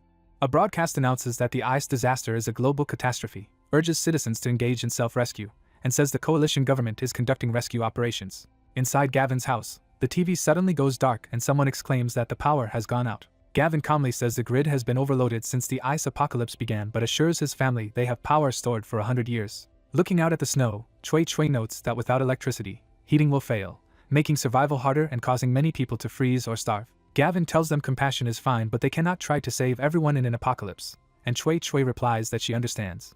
Gavin asks Cece how she feels now that the meteor has merged with her body. Cece says she does not feel much except that her body feels much lighter than before. Gavin is surprised that feeling lighter is her only change, and Cece confirms that is all. Gavin tells her to test her condition by practicing the body tempering technique he taught her while the others watch. After observing her, Gavin concludes that Cece's physique has not improved and that her awakened ability is unrelated to physical strength. He then asks if she gained any new memories, such as sword techniques or magic spells, but Cece answers no. Gavin finds it odd and says they will have to gradually figure out what ability she has awakened. Holding the amber, Gavin tells everyone they will share the spirit fluid so they can better endure the extreme cold outdoors. The chubby friend drinks his portion of the red spirit fluid from a small cup. Feeling warmth flow through him, he marvels at the strange sensation, while Gavin explains that although the spirit fluid does not completely block the cold, it will prevent them from freezing to death even if they stay outside for a while. In the middle of a blizzard, Xenia's mother complains that the power outage has cut off heating and her body is freezing. Xenia tries to reassure her shivering mother that the power should return soon, but the older woman despairs that without help from Zack Young they cannot endure the darkness and cold. Xenia angrily declares that once the recovering Zack arrives, she will have him kill Gavin first. Her mother notices something odd outside and calls Xenia over to look. They realize Gavin's house across the way still has lights and electricity while everyone else's power is out. Xenia's mother concludes Gavin must have prepared with his own power generation equipment. Furious that Gavin is living comfortably during the crisis, Xenia curses him. Xenia's mother tells her to stop raging and instead contact Gavin to see what they can get from him to improve their situation, so Xenia agrees and uses her phone. Smiling sycophantically into the phone, Xenia calls Gavin and asks what he is doing since the neighborhood's power is out. Gavin's brightly lit, warm house stands out against the snowy night. Inside, Gavin sees Xenia's message, guesses she must be desperate, and notes she is seeking his help again. He photographs his lavishly prepared dinner table, deciding to show Xenia how well he is living. Back in the dark house, Xenia and her mother cheer when Gavin replies and rush to see what he sent. Gavin's message shows off a whole table of rich dishes, saying he was bored and cooked a feast to eat. Drooling over the photo, Xenia and her mother lament their hunger and marvel that Gavin still has so much of their favorite foods. Terrified of starving, Xenia's mother urges her to do whatever it takes to make Gavin share some food with them. Xenia calls Gavin again, asking how he can still have so much food when they have already eaten everything. They celebrate when Gavin sends another reply and hurriedly open it. The reply bluntly states Gavin is going to eat and will not keep chatting, leaving the two women stunned. Furious, Xenia smashes her phone to the floor, convinced Gavin is intentionally provoking her. Relaxing at home, Gavin muses that the other homeowners are also beginning to lose their patience. In the neighborhood group chat, residents discuss starvation, the deadly depth of the snow, and one man deciding he would rather risk going out to search for food than starve. Gavin comments in chat that going outside now is suicidal because the temperature is tens of degrees below zero, and without professional gear people will quickly freeze to death. Despite warnings not to take the risk, Big Stick Wang says he will go out alone while others wish him luck or caution him. Elsewhere, Hunter's small group huddles around a fire. They have run out of food and fear they will not last many more days.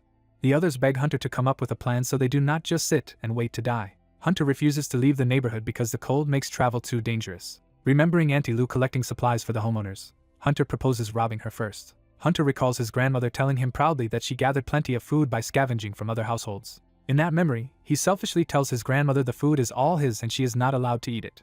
His grandmother indulges him, promising not to eat and to let her beloved grandson have more. Back in the present, Auntie Lou is startled by aggressive knocking at her door. Hunter and his cronies arrive at Auntie Lou's home with bats, ordering her to open up. Seeing Hunter, she panics and wonders why this thug is at her door. Hunter threatens to smash the door in if she does not open it immediately.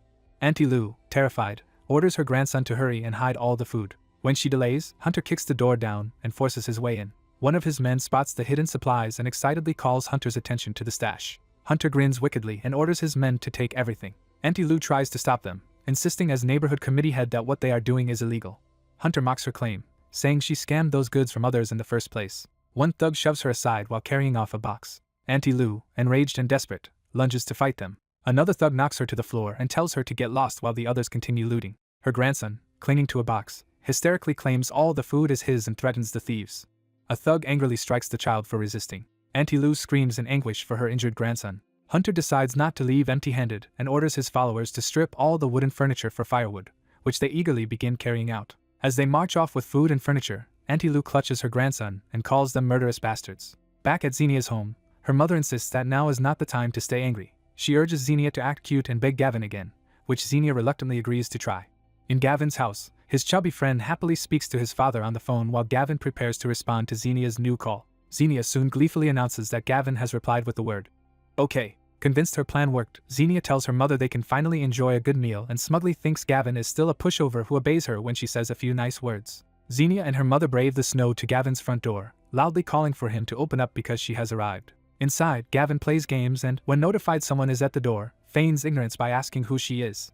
Outside, Xenia cheerfully identifies herself as Xenia Scott. Gavin, still indoors, asks in surprise what Xenia is doing there. Shivering in the extreme cold, Xenia insists she came to see him and begs him to open the door quickly before she freezes. Gavin coolly questions why he should open the door and who told her to come look for him. Xenia protests that he told her to come because his message had said, "Okay." Relaxing on the sofa, Gavin tells her she must have misread his reply and suggests she check the message again. Puzzled and anxious, Xenia looks down at her phone. She sees the full chat where Gavin added a mocking, "my ass," after the word "okay," realizing he never agreed to host her. Outraged, Xenia demands to know if Gavin is messing with her and shouts for him to open the door or not. Gavin simply answers that he will not. Xenia kicks his door in frustration and vows revenge, promising he will regret this. Narration over Gavin's house shows Xenia swearing to make him die a horrible death as she schemes revenge. Back home, Xenia despairs that they cannot even get inside his house, then decides to contact Auntie Lou to accuse Gavin of hoarding supplies so the neighborhood committee will go after him. At Auntie Lou's home, her injured grandson complains of being cold and hungry while she worries nothing must happen to him. She promises to immediately go find him something to eat. Her phone rings with an incoming call. On the call, Xenia self-righteously reports Gavin for secretly stockpiling food and living comfortably while others suffer, asking Auntie Lou to punish him. Auntie Lou, already suspicious of Gavin, agrees she has long wanted to teach him a lesson. In the homeowners group chat, people note Big Stick Wang's silence after his food-seeking trip, learn he nearly froze and lost feeling in a leg, and grimly conclude that going out means dying faster while staying means starving. Gavin reflects that nearly half a month into the apocalypse, the real test of human nature has begun. He suddenly grows more serious as he reads new messages.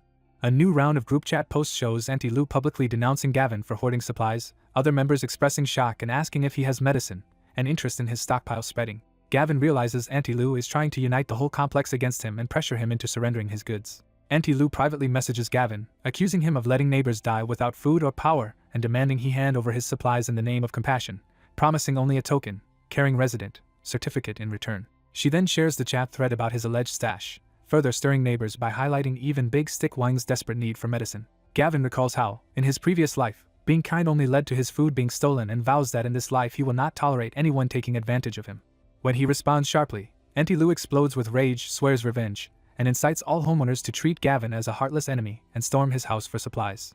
Meanwhile, Gavin's friend tells his father to relax and assures him they will handle things. Gavin asks what is wrong, prompting his friend to relay the news. The friend explains that his father reported widespread chaos, with people smashing, looting and robbing. Gavin remarks that such disorder is normal in this crisis and predicts it will only worsen.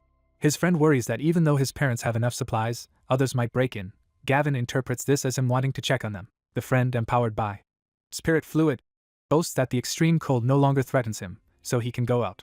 Gavin volunteers to accompany him and reveals he has a snowmobile to make the journey easier. Just then, pounding on the door and shouts for Gavin to open up interrupt them. Watching the surveillance monitor, they see Auntie Lou leading a large crowd to his doorstep, and Gavin notes how persistent she is for bringing so many people. Outside, the gathered residents point at Gavin's house, observing that he still has power and that the steam from his roof proves it is warm inside. Auntie Lou eagerly concludes from the signs that Gavin must indeed have lots of supplies and insists that if he shares, everyone can be saved. Inside, Gavin calmly tells his friend that the mob has come for food but that they can forget about getting any. Auntie Lou stands at his door and demands Gavin hand over his supplies for centralized distribution, claiming all homeowners unanimously approved this decision. Speaking through the intercom, Gavin dryly asks if such a small group really represents all the homeowners. Auntie Lou asserts her authority as director of the neighborhood committee and demands once more that he open the door. Gavin refuses, taunting them to come in by themselves if they are so capable. Anticipating resistance, Auntie Lou reveals she has brought a veteran locksmith, Old Manly, and orders him to open the lock, while he boasts there is no lock he cannot pick. Some bystanders rejoice, imagining the comfort and food they will enjoy once Gavin's door is opened. Old Manly struggles with the unfamiliar multi-layered anti-theft lock and admits it is unlike any common door lock, while Auntie Lou impatiently wonders why it is taking so long. Watching their efforts remotely, Gavin mocks them and brags that his door's security rivals a bank vault, far beyond any ordinary locksmith's ability. Under pressure from Auntie Lou, Old Manly sweats and says he will try again despite his doubts. Gavin then tells Yananiel he is done toying with them and instructs him to turn on the power, which Yananiel does with a switch. Outside, a sudden surge of electricity runs through the metal door, electrocuting the locksmith. Auntie Lou screams over Old Manly's collapsed, smoking body and accuses Gavin of electrifying the door. She orders a new tactic, leading men pushing a massive log and announcing Plan B, ram the door down. At her command they charge forward with the log to smash the entrance. The log slams into the fortified door with a tremendous boom, but the door holds. Watching them on the monitor again, Gavin and Yananiel call the attackers shameless, and note that the supplies were never theirs to begin with. Gavin reflects aloud that the apocalypse exposes people's character, with some refusing to do evil even if it kills them and others willing to kill to survive. Exhausted from the futile battering, one attacker collapses and admits he cannot go on. The others, also spent, lie around the log and concede that the door must be made of some special alloy they cannot break. Seeing their fatigue, Gavin decides it is his turn to act and promises to give them something disgusting. Yananiel gleefully hits another switch, announcing that here they come. Outside, Auntie Lou orders her men to continue ramming, refusing to believe they cannot break the door. Instead, a torrent of foul liquid suddenly splashes down over Auntie Lou from above. The entire group is drenched in the brown spray, horrified and confused about what is covering them. Auntie Lou, soaked and furious, screams at Gavin for daring to splash them with water. The others quickly realize from the overpowering stench and filth that it is not water but a disgusting mix of urine and feces, leaving them soaked, freezing and nauseous. Gavin laughs at the sight on his monitor and taunts Auntie Lou to keep cursing because he has plenty more excrement to dump if needed. Worn out and stinking in the cold, the men decide they will freeze to death if they stay and angrily blame Auntie Lou for dragging them into this mess. Back at Hunter's place, someone reports that Auntie Lou's attempt to raid Gavin failed and that her group returned covered in filth. Hunter's companions grudgingly admire Gavin's defensive tricks and argue that this proves he has a substantial stockpile at home. A woman in the group insists they cannot let Gavin off and that if they can just break into his house, his food will let them live comfortably. Hunter, nursing his grudge, vows he will definitely bring Gavin down one day but says they must plan carefully in advance. At Xenia's house, news arrives that Auntie Lou's group failed and Xenia's mother complains she is freezing to death. Xenia resolves to call Zach again for help. On the call, Zach irritably asks why she keeps calling, while Xenia coquettishly pleads for him to come pick her up because she is so cold. Zach snaps that he cannot even save himself right now and abruptly hangs up, leaving Xenia stunned. Xenia tells her mother that Zach said he cannot help and must be in trouble too, raising fears he might abandon them. Her mother panics that they will all die and says they have no choice but to go out and find food themselves. Then she recoils at the idea, wailing that going out into the cold will kill them even faster. Xenia despairs, asking what they should do since they cannot just wait to die. Her mother insists the only hope is to keep begging Gavin, because he is the only one who can save them now, leaving Xenia speechless. Time passes as Gavin's bright, warm house contrasts with the snowy landscape outside. Gavin receives a new message from Xenia where she humbly admits wrongdoing and begs his forgiveness, asking what it will take for him to relent. Smirking, Gavin replies that her condition is to address him as Daddy. Seeing this demand on her phone, Xenia bristles with humiliation and anger. Nonetheless, she storms out with her mother, raging that Gavin is going too far. Her mother urges her to swallow her pride and just call him daddy since they have nothing left to lose, though Xenia hesitates. The older woman shouts that survival matters more than dignity, and tells Xenia there can be no buts. Xenia, seething but determined, decides she will trick Gavin into opening the door, then punish him once she is safely inside. Relaxing on his couch, Gavin reads her latest message addressing him as Daddy, and smiles in satisfaction. Xenia and her mother cheer that he replied and are certain this time Gavin will finally let them into his house. Instead, Gavin's text mocks her, saying he does not acknowledge such a disobedient daughter, which leaves Xenia stunned. Xenia erupts into a stream of censored curses at Gavin, wishing horrible things upon him. Meanwhile, Hunter rallies his men, confirms their preparations, and vows they will get Gavin this time. At his command, the group sets off from their base. The men march down the corridor toward the exit, intent on heading for Gavin's home. Inside Gavin's house, Yananiel watches the surveillance feed and alerts Gavin that Hunter and his gang have appeared at their doorstep again. Gavin vows that this time they will retaliate harshly so others stop seeing them as easy targets. Outside, Hunter and his gang arrive and demand Gavin open the door. Inside, Gavin dismisses Hunter as an idiot while calmly drinking. Hunter's group piles firewood against Gavin's gate, and Hunter threatens that Gavin's chance is over and he will die. Hunter orders his men to douse the wood with gasoline and burn Gavin alive. Gavin and Yananiel see the arson attempt. Note the villa is fireproof, while Hunter mocks Gavin and throws a lit object onto the gasoline. The wood ignites in a huge blaze as Hunter and two henchmen watch the fire. One thug nervously notes there is no reaction from inside despite the fire. Another realizes the fire cannot damage the villa because it is made of fireproof materials. Enraged, Hunter orders an impact drill to bore through the house. A long-haired thug volunteers to operate the drill. As he drills the gate, Hunter encourages him to break through so he can deal with Gavin personally. Gavin's little sister reports bad guys are smashing their wall, but Gavin assures her they cannot get in. Gavin declares it is hunting time and he and Yananiel decide to teach the attackers a lesson. Gavin arms himself with a bow for the first time, confident it can easily kill at close range. Gavin thinks that as the ice apocalypse continues, supernatural powers may make guns useless, so he must practice with a bow. Outside, Hunter asks if the drilling has broken through yet. The driller senses something wrong and Hunter asks what the problem is. He reports he hit something solid inside the wall and Hunter moves in to inspect. They discover a steel plate reinforcement and curse Gavin for armoring the villa. Hunter despairs that the steel makes the house impossible to penetrate. An arrow suddenly strikes the driller, knocking him to the ground. More arrows rain down, wounding several thugs as Hunter yells for them to take cover from Gavin's ambush. Hunter furiously swears he will definitely kill Gavin. Under heavy arrow fire, Hunter is hit and screams while he and his men flee.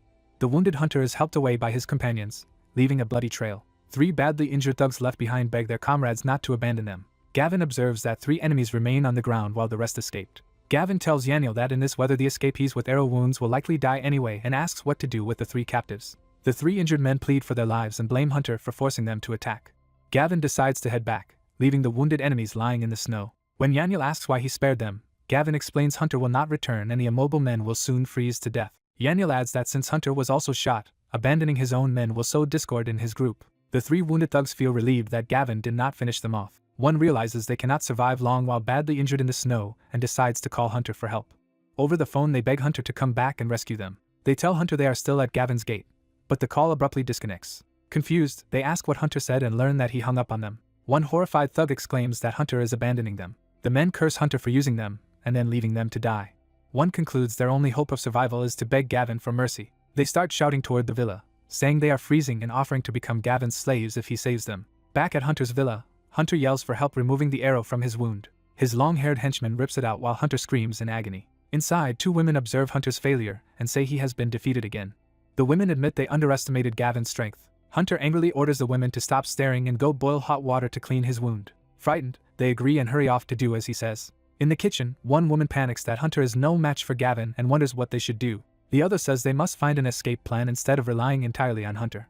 The first protests that they are trapped with no food or exit, unable to move forward or back. The purple-haired woman decides that Gavin's apartment is currently the safest place in the neighborhood. She proposes going to Gavin despite their bad history, believing that if they apologize as former classmates he might not abandon them. Meanwhile, Gavin and Yananiel prepare 2 snowmobiles, pleased at how convenient they are for travel in the deep snow. Gavin puts on his helmet and says they are going to check on Yananiel's parents. At Yananiel's parents' home, someone spots Gavin leaving on a snowmobile and excitedly points it out to Xenia. Xenia, filled with resentment, vows to one day steal everything Gavin has. Riding through the city, Gavin notes the snow is at least 2 meters deep and the streets are deserted. They spot a supermarket ahead and decide to investigate it. Inside the store, Gavin and Yananiel enter cautiously. They find the shelves overturned and empty, realizing the place has been completely looted. Gavin reflects that after nearly a month of the ice apocalypse most people have exhausted their stored food. Yananiel suddenly shouts a warning to Gavin. Gavin reacts instantly, kicking down a man who tried to ambush them with a bat. Yananiel pulls a gun on the wounded attacker, threatening to kill him for the sneak attack while Gavin tells him not to act rashly. The desperate man insists he had no choice, saying he has a family to feed and cannot survive. Yananiel is startled to hear he has a family. The man calls out his hidden family members and tells them to come out. A heavily pregnant woman and 2 small children step from behind the shelves, looking frightened. The man explains his wife is pregnant, they have 2 kids, they already ate all the food here, and he felt forced into robbery. Gavin points out he could have simply asked them for food instead of attacking. The man falters, unable to answer. His wife and children fall to their knees, begging Gavin to spare them and let them go. Gavin calls Yananiel over to discuss how to handle the family. As they walk among the empty aisles, Yananiel notices a strange odor. Gavin identifies it as the smell of blood and wonders where it is coming from. They discover blood-stained human skeletons, horrifying them. Gavin confirms his suspicion that the family has been killing and eating people and tells Yananiel to leave, making Yananiel vomit in disgust. Furious, Yananiel declares he wants to kill the cannibal family. Gavin asks whether he intends to kill even the pregnant woman and children, and Yananiel says he would target only the man. Gavin argues that killing the man would doom the pregnant wife and kids, leaving them no way to survive. Yananiel rages that the whole family are monsters who survived by eating others and might have killed many victims. Gavin coldly notes that in such desperate times more people will cross such moral lines and such incidents will become common. Later Gavin and Yananiel ride back to Yananiel's parents' house on their snowmobiles. Arriving, Gavin sees the front door wide open in the freezing weather and senses something is wrong as Yananiel calls for his parents. Inside, armed looters rejoice over the huge stash of supplies they have found in Yananiel's parents' home. Their leader Bao praises the haul and promises everyone extra meat when they return. Another thug asks Bao what to do with the captured elderly couple, Yananiel's parents. Bao grins wickedly and orders his men to kill the couple. A henchman aims a gun at them and agrees to carry out the killings. Yananiel bursts in and yells for him to stop. Yananiel's mother frantically screams for her son to run. The gunman instead shoots Yananiel's mother dead at point-blank range. Yananiel screams for his mother in horror. Yananiel's father tackles the gunman, shouting for Yananiel to escape. The thug angrily calls the old man suicidal and shoots him multiple times. Yananiel cries out in anguish as his father is gunned down. The killer turns his gun on Yananiel, saying he will send their whole family to death together. Gavin suddenly charges in and slashes the gunman, severing his arm and disarming him. The main thug screams in pain. Gavin stands with a bloody knife as remaining thugs demand to know who he is. Gavin answers that he is their Grim Reaper and fatally stabs another attacker. Bao panics and orders his men to kill Gavin. 2 armed thugs rush Gavin, shouting for him to die. Gavin swiftly cuts one down before he can shoot. The remaining thugs are stunned by how quickly Gavin killed their comrades. One shouts for the others to run, trying to flee. Gavin cuts him down from behind as well. Gavin, blood-streaked, warns that anyone who moves will be chopped up and fed to dogs. The last 2 thugs drop to their knees and beg Gavin to spare their lives. Yananiel rushes to his mortally wounded parents, crying out to them. His mother, barely alive, is relieved Yananiel is safe and reaches for him. Yananiel's dying father tells him his parents are going first, and warns him to be careful of Lee Santion from Mang village. Yananiel clings to his parents' bodies, sobbing that he does not want his father to die. Consumed by rage, Yananiel begs Gavin to leave the remaining enemies to him. Yananiel repeatedly stabs one of the kneeling thugs, swearing to kill him. The last thug protests he was just following orders and pleads to be released. Yananiel rejects the plea and raises the knife, shouting for him to go to hell. Gavin stops Yananiel and holds the thug so he can question him. Gavin demands to know who sent them, and the terrified man reveals they were sent by Mang village's chief Lee. Gavin is surprised to hear the name of village chief Lee of Mang village. Yananiel explains Mang village is a nearby urban village his father once supported, and that Lee Santion used to work for his dad, making their betrayal shocking. The captive boasts that Mang village is now the dominant power in the area and begs Gavin to let him go, promising silence. Gavin scoffs at the idea of letting him go, saying that will never happen. The man warns that if Gavin kills him, Mang village will hunt Gavin down. Gavin rips off the man's clothes and says it is actually Mang village who will not be forgiven. Terrified and half-naked, the man demands to know what Gavin intends to do. Gavin declares that killing him quickly is too easy and that he deserves to slowly freeze to death, then throws him outside. The man begs again for mercy as the cold bites into him. Gavin kicks him away into the snow, ordering him to get lost. Shivering outside, the man begs Gavin to kill him quickly rather than let him freeze. Time passes and the man completely freezes into a block of ice.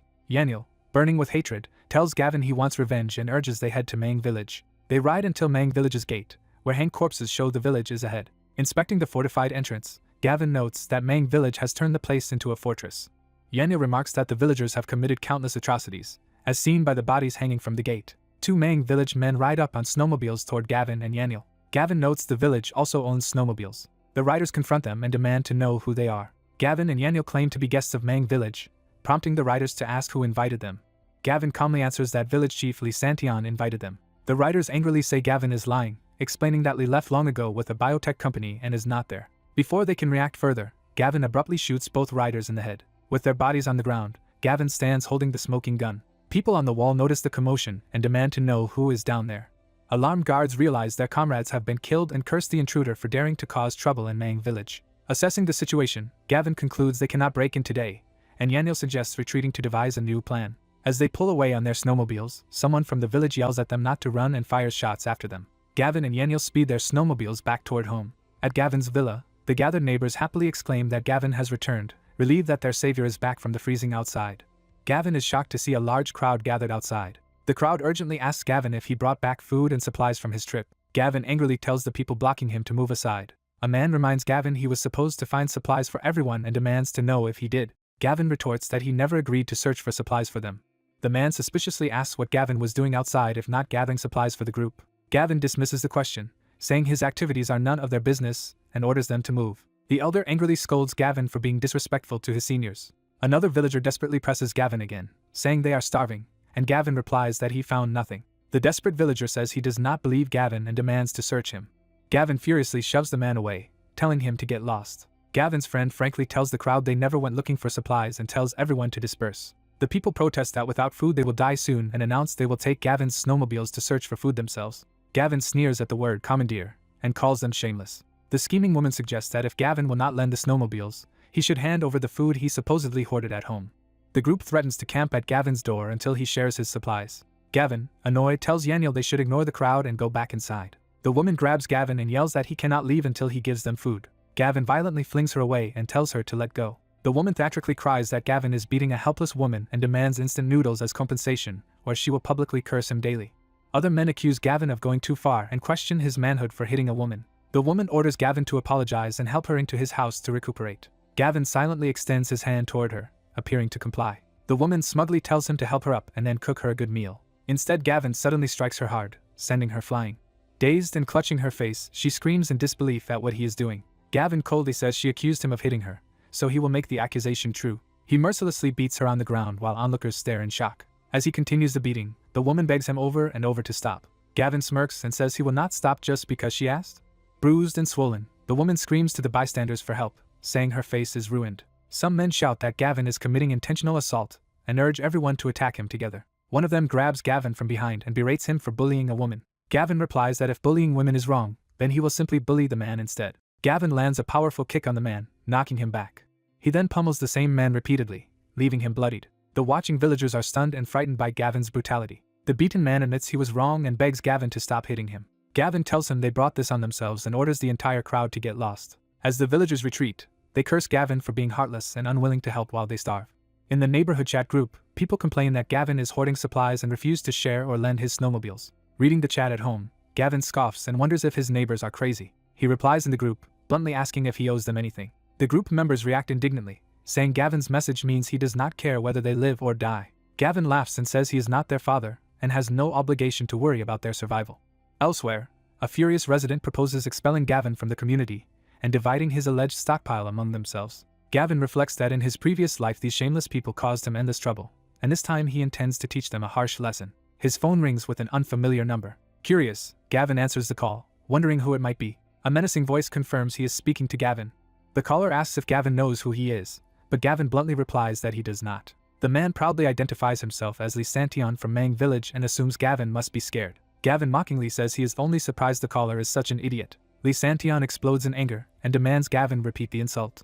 Gavin tells Lee to stop posturing in front of Grandpa Gavin and to get to the point. Lee grudgingly praises Gavin's courage for having killed his subordinates. Gavin jokingly asks if Lee called just to compliment him. Lee roars that Gavin killed his men and swears Gavin is a dead man walking. Gavin, enraged, shouts back that Lee murdered his friend's parents and vows to take Lee's life. Lee demands Gavin's location, and Gavin answers that he is at Hu family village north of the city. Lee swears that when he arrives he will force Gavin to kneel and call him Grandpa.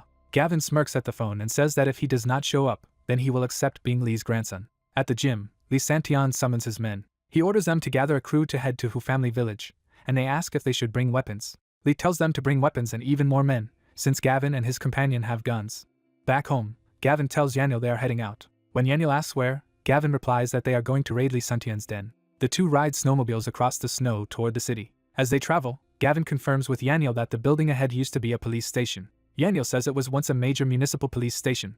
Gavin decides they should stop there to search for weapons. They arrive at the station and approach the entrance, planning to go inside. Gavin kicks in the glass door to gain entry. Inside they discover frozen corpses of police officers who died at their posts when the sudden disaster struck. Gavin notes that the catastrophe came too fast for government agencies to respond. They locate the door to the police weapons warehouse. Yananiel strains at the door but reports that it will not open. Gavin tells him to step aside and readies his gun. Gavin shoots out the lock multiple times. The heavy doors swing open, revealing stacks of weapons and ammunition. Yananiel exclaims that they have hit the jackpot with the sheer number of weapons. They discover sniper rifles among the cache and feel they chose the right place. Yananiel also finds a crate full of detonators and explosives. Gavin says the explosives will be useful and orders Yananiel to take them all. After storing everything in his dimensional space, Gavin announces that they have looted the station and should leave. As they prepare to depart, Yananiel warns Gavin that someone else is approaching. Gavin realizes other survivors also came here seeking weapons. A band of armed men arrive at the station, declaring that this is the place they are looking for. One of them, addressed as Brother Hao, is told that there are already people inside. Brother Hao sees Gavin's group and notes that someone clearly beat them to the weapons. Another thug runs in and confirms the warehouse is completely emptied. Brother Hao asks Gavin and Yananiel directly if they took the guns. Gavin feigns innocence, asking if they look like people who got any weapons. Brother Hao says they do not appear armed but insists on searching them. Gavin flatly refuses to be searched. Brother Hao introduces himself, says he runs the nearby fitness center, and claims he will let them go if they have no weapons, but Gavin refuses again. One of Hao's men insults Gavin for acting arrogant without a gun and threatens to beat him. Gavin answers with a sudden kick, knocking the man sprawling and telling him to scram. Furious, Brother Hao orders his men to kill Gavin and drag their bodies back for roasting. The thugs rush forward to attack Gavin and Yananiel. Gavin draws his handgun and says he has clearly been too lenient. His attackers panic when they see the gun, accusing him of deceiving them. Gavin aims at them and threatens to send them to meet their maker. One of the men begs Gavin to calm down and talk things out. Gavin shoots him dead without hesitation. He states that he is done being nice to shameless people. The remaining thugs are horrified that he actually killed someone. Gavin promptly shoots another man, killing him as well. Terrified, the rest shout that this kid really dares to shoot and try to flee. Gavin guns down 2 more as they run. Brother Hao collapses to his knees, begging for his life and admitting he picked the wrong target. Gavin coldly calls him an idiot. Gavin promptly shoots Brother Hao in the head. Gavin and Yananiel walk past the corpses, and Gavin tells his companion it is time to go. Meanwhile, Lee Santian and his gang race snowmobiles toward Hu Family Village, vowing to kill every last person there. A subordinate asks if they will spare young women, and Lee replies they can take any they fancy but must kill them afterward, since Mang Village does not support freeloaders. Other riders laugh that they know the rules and eagerly agree to go wipe out Hu Family Village. Lee urges them to speed up, estimating it will take a few hours to reach the village. Watching Mang Village's raiding party depart, Gavin observes their impressive snowmobile force and notes that fighting them head-on would be difficult. With most fighters gone, Gavin and Yananiel decide to infiltrate Mang Village and destroy Lee Santian's base. They arrive at Mang Village's main gate and note that it is tightly sealed and hard to breach. Gavin grins and says it is simple, since they now have dynamite. Guards atop the village wall keep watch, unaware of the approaching threat. They notice an unmanned snowmobile speeding toward the gate and wonder what it is. The guards are puzzled that the snowmobile is moving by itself and speculate something might be loaded on it. The unmanned snowmobile races forward, piled high with dynamite. Realizing what it carries, a guard panics and yells that it looks like explosives. The dynamite-laden vehicle detonates, blowing apart the front gate in a massive explosion. The guards are hurled away, shouting in shock and asking who dared cause chaos in Mang Village. Gavin and Yananiel roar through the new opening on their snowmobiles. The 2 gate guards recognize them as the same kids from before and shout to kill them. While driving, Gavin raises his gun and takes aim. He shoots both guards in the head. Their bodies fall from the shattered wall as Gavin and Yananiel speed deeper into the village. Inside Mang Village, armed men respond to the intrusion, yelling threats as they ready their guns. Gavin swiftly guns down the responding guards as he rides past. One surviving man screams to notify the village chief. Gavin shoots him in the leg, dropping him to the ground. The wounded man pleads that he is just a good citizen, not one of Lee's men, and begs Gavin not to kill him. Gavin points the gun at him and demands to know where Lee Santian stores all his supplies. Under duress, the man points out a warehouse where the supplies are kept. Gavin then executes him with a shot to the head. Gavin and Yananiel enter the huge warehouse packed with food and goods. Yananiel marvels at the sheer quantity of supplies Lee Santian must have stolen, and Gavin says it all belongs to them now. Gavin uses his ability to magically collect and store all the supplies. After stripping the warehouse, Gavin and Yananiel ride their snowmobiles away from Mang Village. Yananiel laughs that Lee Santian will be furious when he discovers what happened. Gavin calmly states that this is only the beginning of his plan to weaken Mang Village and eventually take Lee down. Meanwhile, Lee Santian's raiding party reaches the buried Hu Family Village, where his men question how Gavin could be there when no one is left alive. Realizing the village is deserted, Lee angrily concludes that Gavin tricked them. The older man answers a phone call. He is shocked by what he hears. Panicking, he rushes over a frozen lake on a snowmobile and orders the 3 men to retreat immediately. The ice has been shattered open, leaving a gaping hole. Staring at the destroyed area, the man struggles to comprehend how such devastation occurred. Enraged, he vows never to forgive the kid responsible and swears to make him die painfully. He commands his subordinates to track down the 2 kids and discover where they live within 3 days. Scene shifts to a peaceful upscale house in the snowy neighborhood. Inside, Gavin lounges on the couch reading a message from Sharon asking to meet since they are neighbors. On his phone, Sharon's request is shown beside Gavin's curt reply that he has no time. Gavin casually holds his phone, thinking about the situation. A chubby friend tells Gavin that Sharon and Jolene have arrived, showing them on the security monitor. Outside, Sharon cheerfully calls up to Gavin, asking him to open the door. Gavin opens the door with an annoyed expression and asks why the 2 girls came. Sharon nervously claims that she and Jolene came just to visit Gavin. Gavin coldly asks if they are done staring at him, startling the 2. He then tells them that since they have finished looking, they should leave. Sharon anxiously cries out for him to wait. Sharon argues that as classmates and close neighbors they should help each other. Gavin smirks and asks what kind of help they could possibly offer him. Blushing, Sharon suggests that she and Jolene will obey any of his instructions and implies total submission. Gavin agrees, declaring that he will act as their master and that they will be like his dogs. Instead of protesting, the girls giggle, praise his domineering attitude, and want to go inside because they are freezing. Gavin denies them entry and orders them to leave the neighborhood to find food for him. When Sharon hesitates, Gavin reminds her that there should be no issue obeying a command from their self-proclaimed master. Jolene worries that with the heavy snow they might freeze to death if they go beyond the neighborhood. Gavin slaps Jolene for questioning him and angrily asks if she dares defy his order. Jolene clutches her cheek in shock, unable to believe he hit her. Sharon pleads with Gavin, saying he must be joking because they cannot realistically find food outside. Gavin responds by slapping Sharon as well, shouting that he is serious and ordering them to move. Holding her face, Sharon incredulously asks if he truly expects them to do this. Gavin mocks them as worthless and says that if they cannot even find food, they are not qualified to be his dogs. Humiliated but resigned, Sharon grumbles and tells Jolene to go so they can carry out his demand. Walking away, the girls complain that if they could find supplies on their own they would never have sought Gavin's help and admit they underestimated how difficult he is. Jolene anxiously asks what they should do now, since Hunter has already run out of food and will not last long. Sharon insists they still need Hunter's protection and decides they must return to him first. Back at Hunter's place, he angrily demands to know where the 2 girls went. Sharon explains that they went to look for Gavin, surprising Hunter. She lies that because Gavin hurt Hunter, she and Jolene bravely went to confront him on Hunter's behalf. Hunter, tense, asks what Gavin said to them. Sharon claims Gavin was arrogant, refused any compensation, and even slapped both of them. Jolene tearfully adds that Gavin is a monster, and that they barely escaped before he could sexually assault them, begging Hunter to defend them. Outraged, Hunter vows that since he and Gavin are mortal enemies he will definitely kill Gavin. Hunter rallies his men, ordering them to come with him, while one follower asks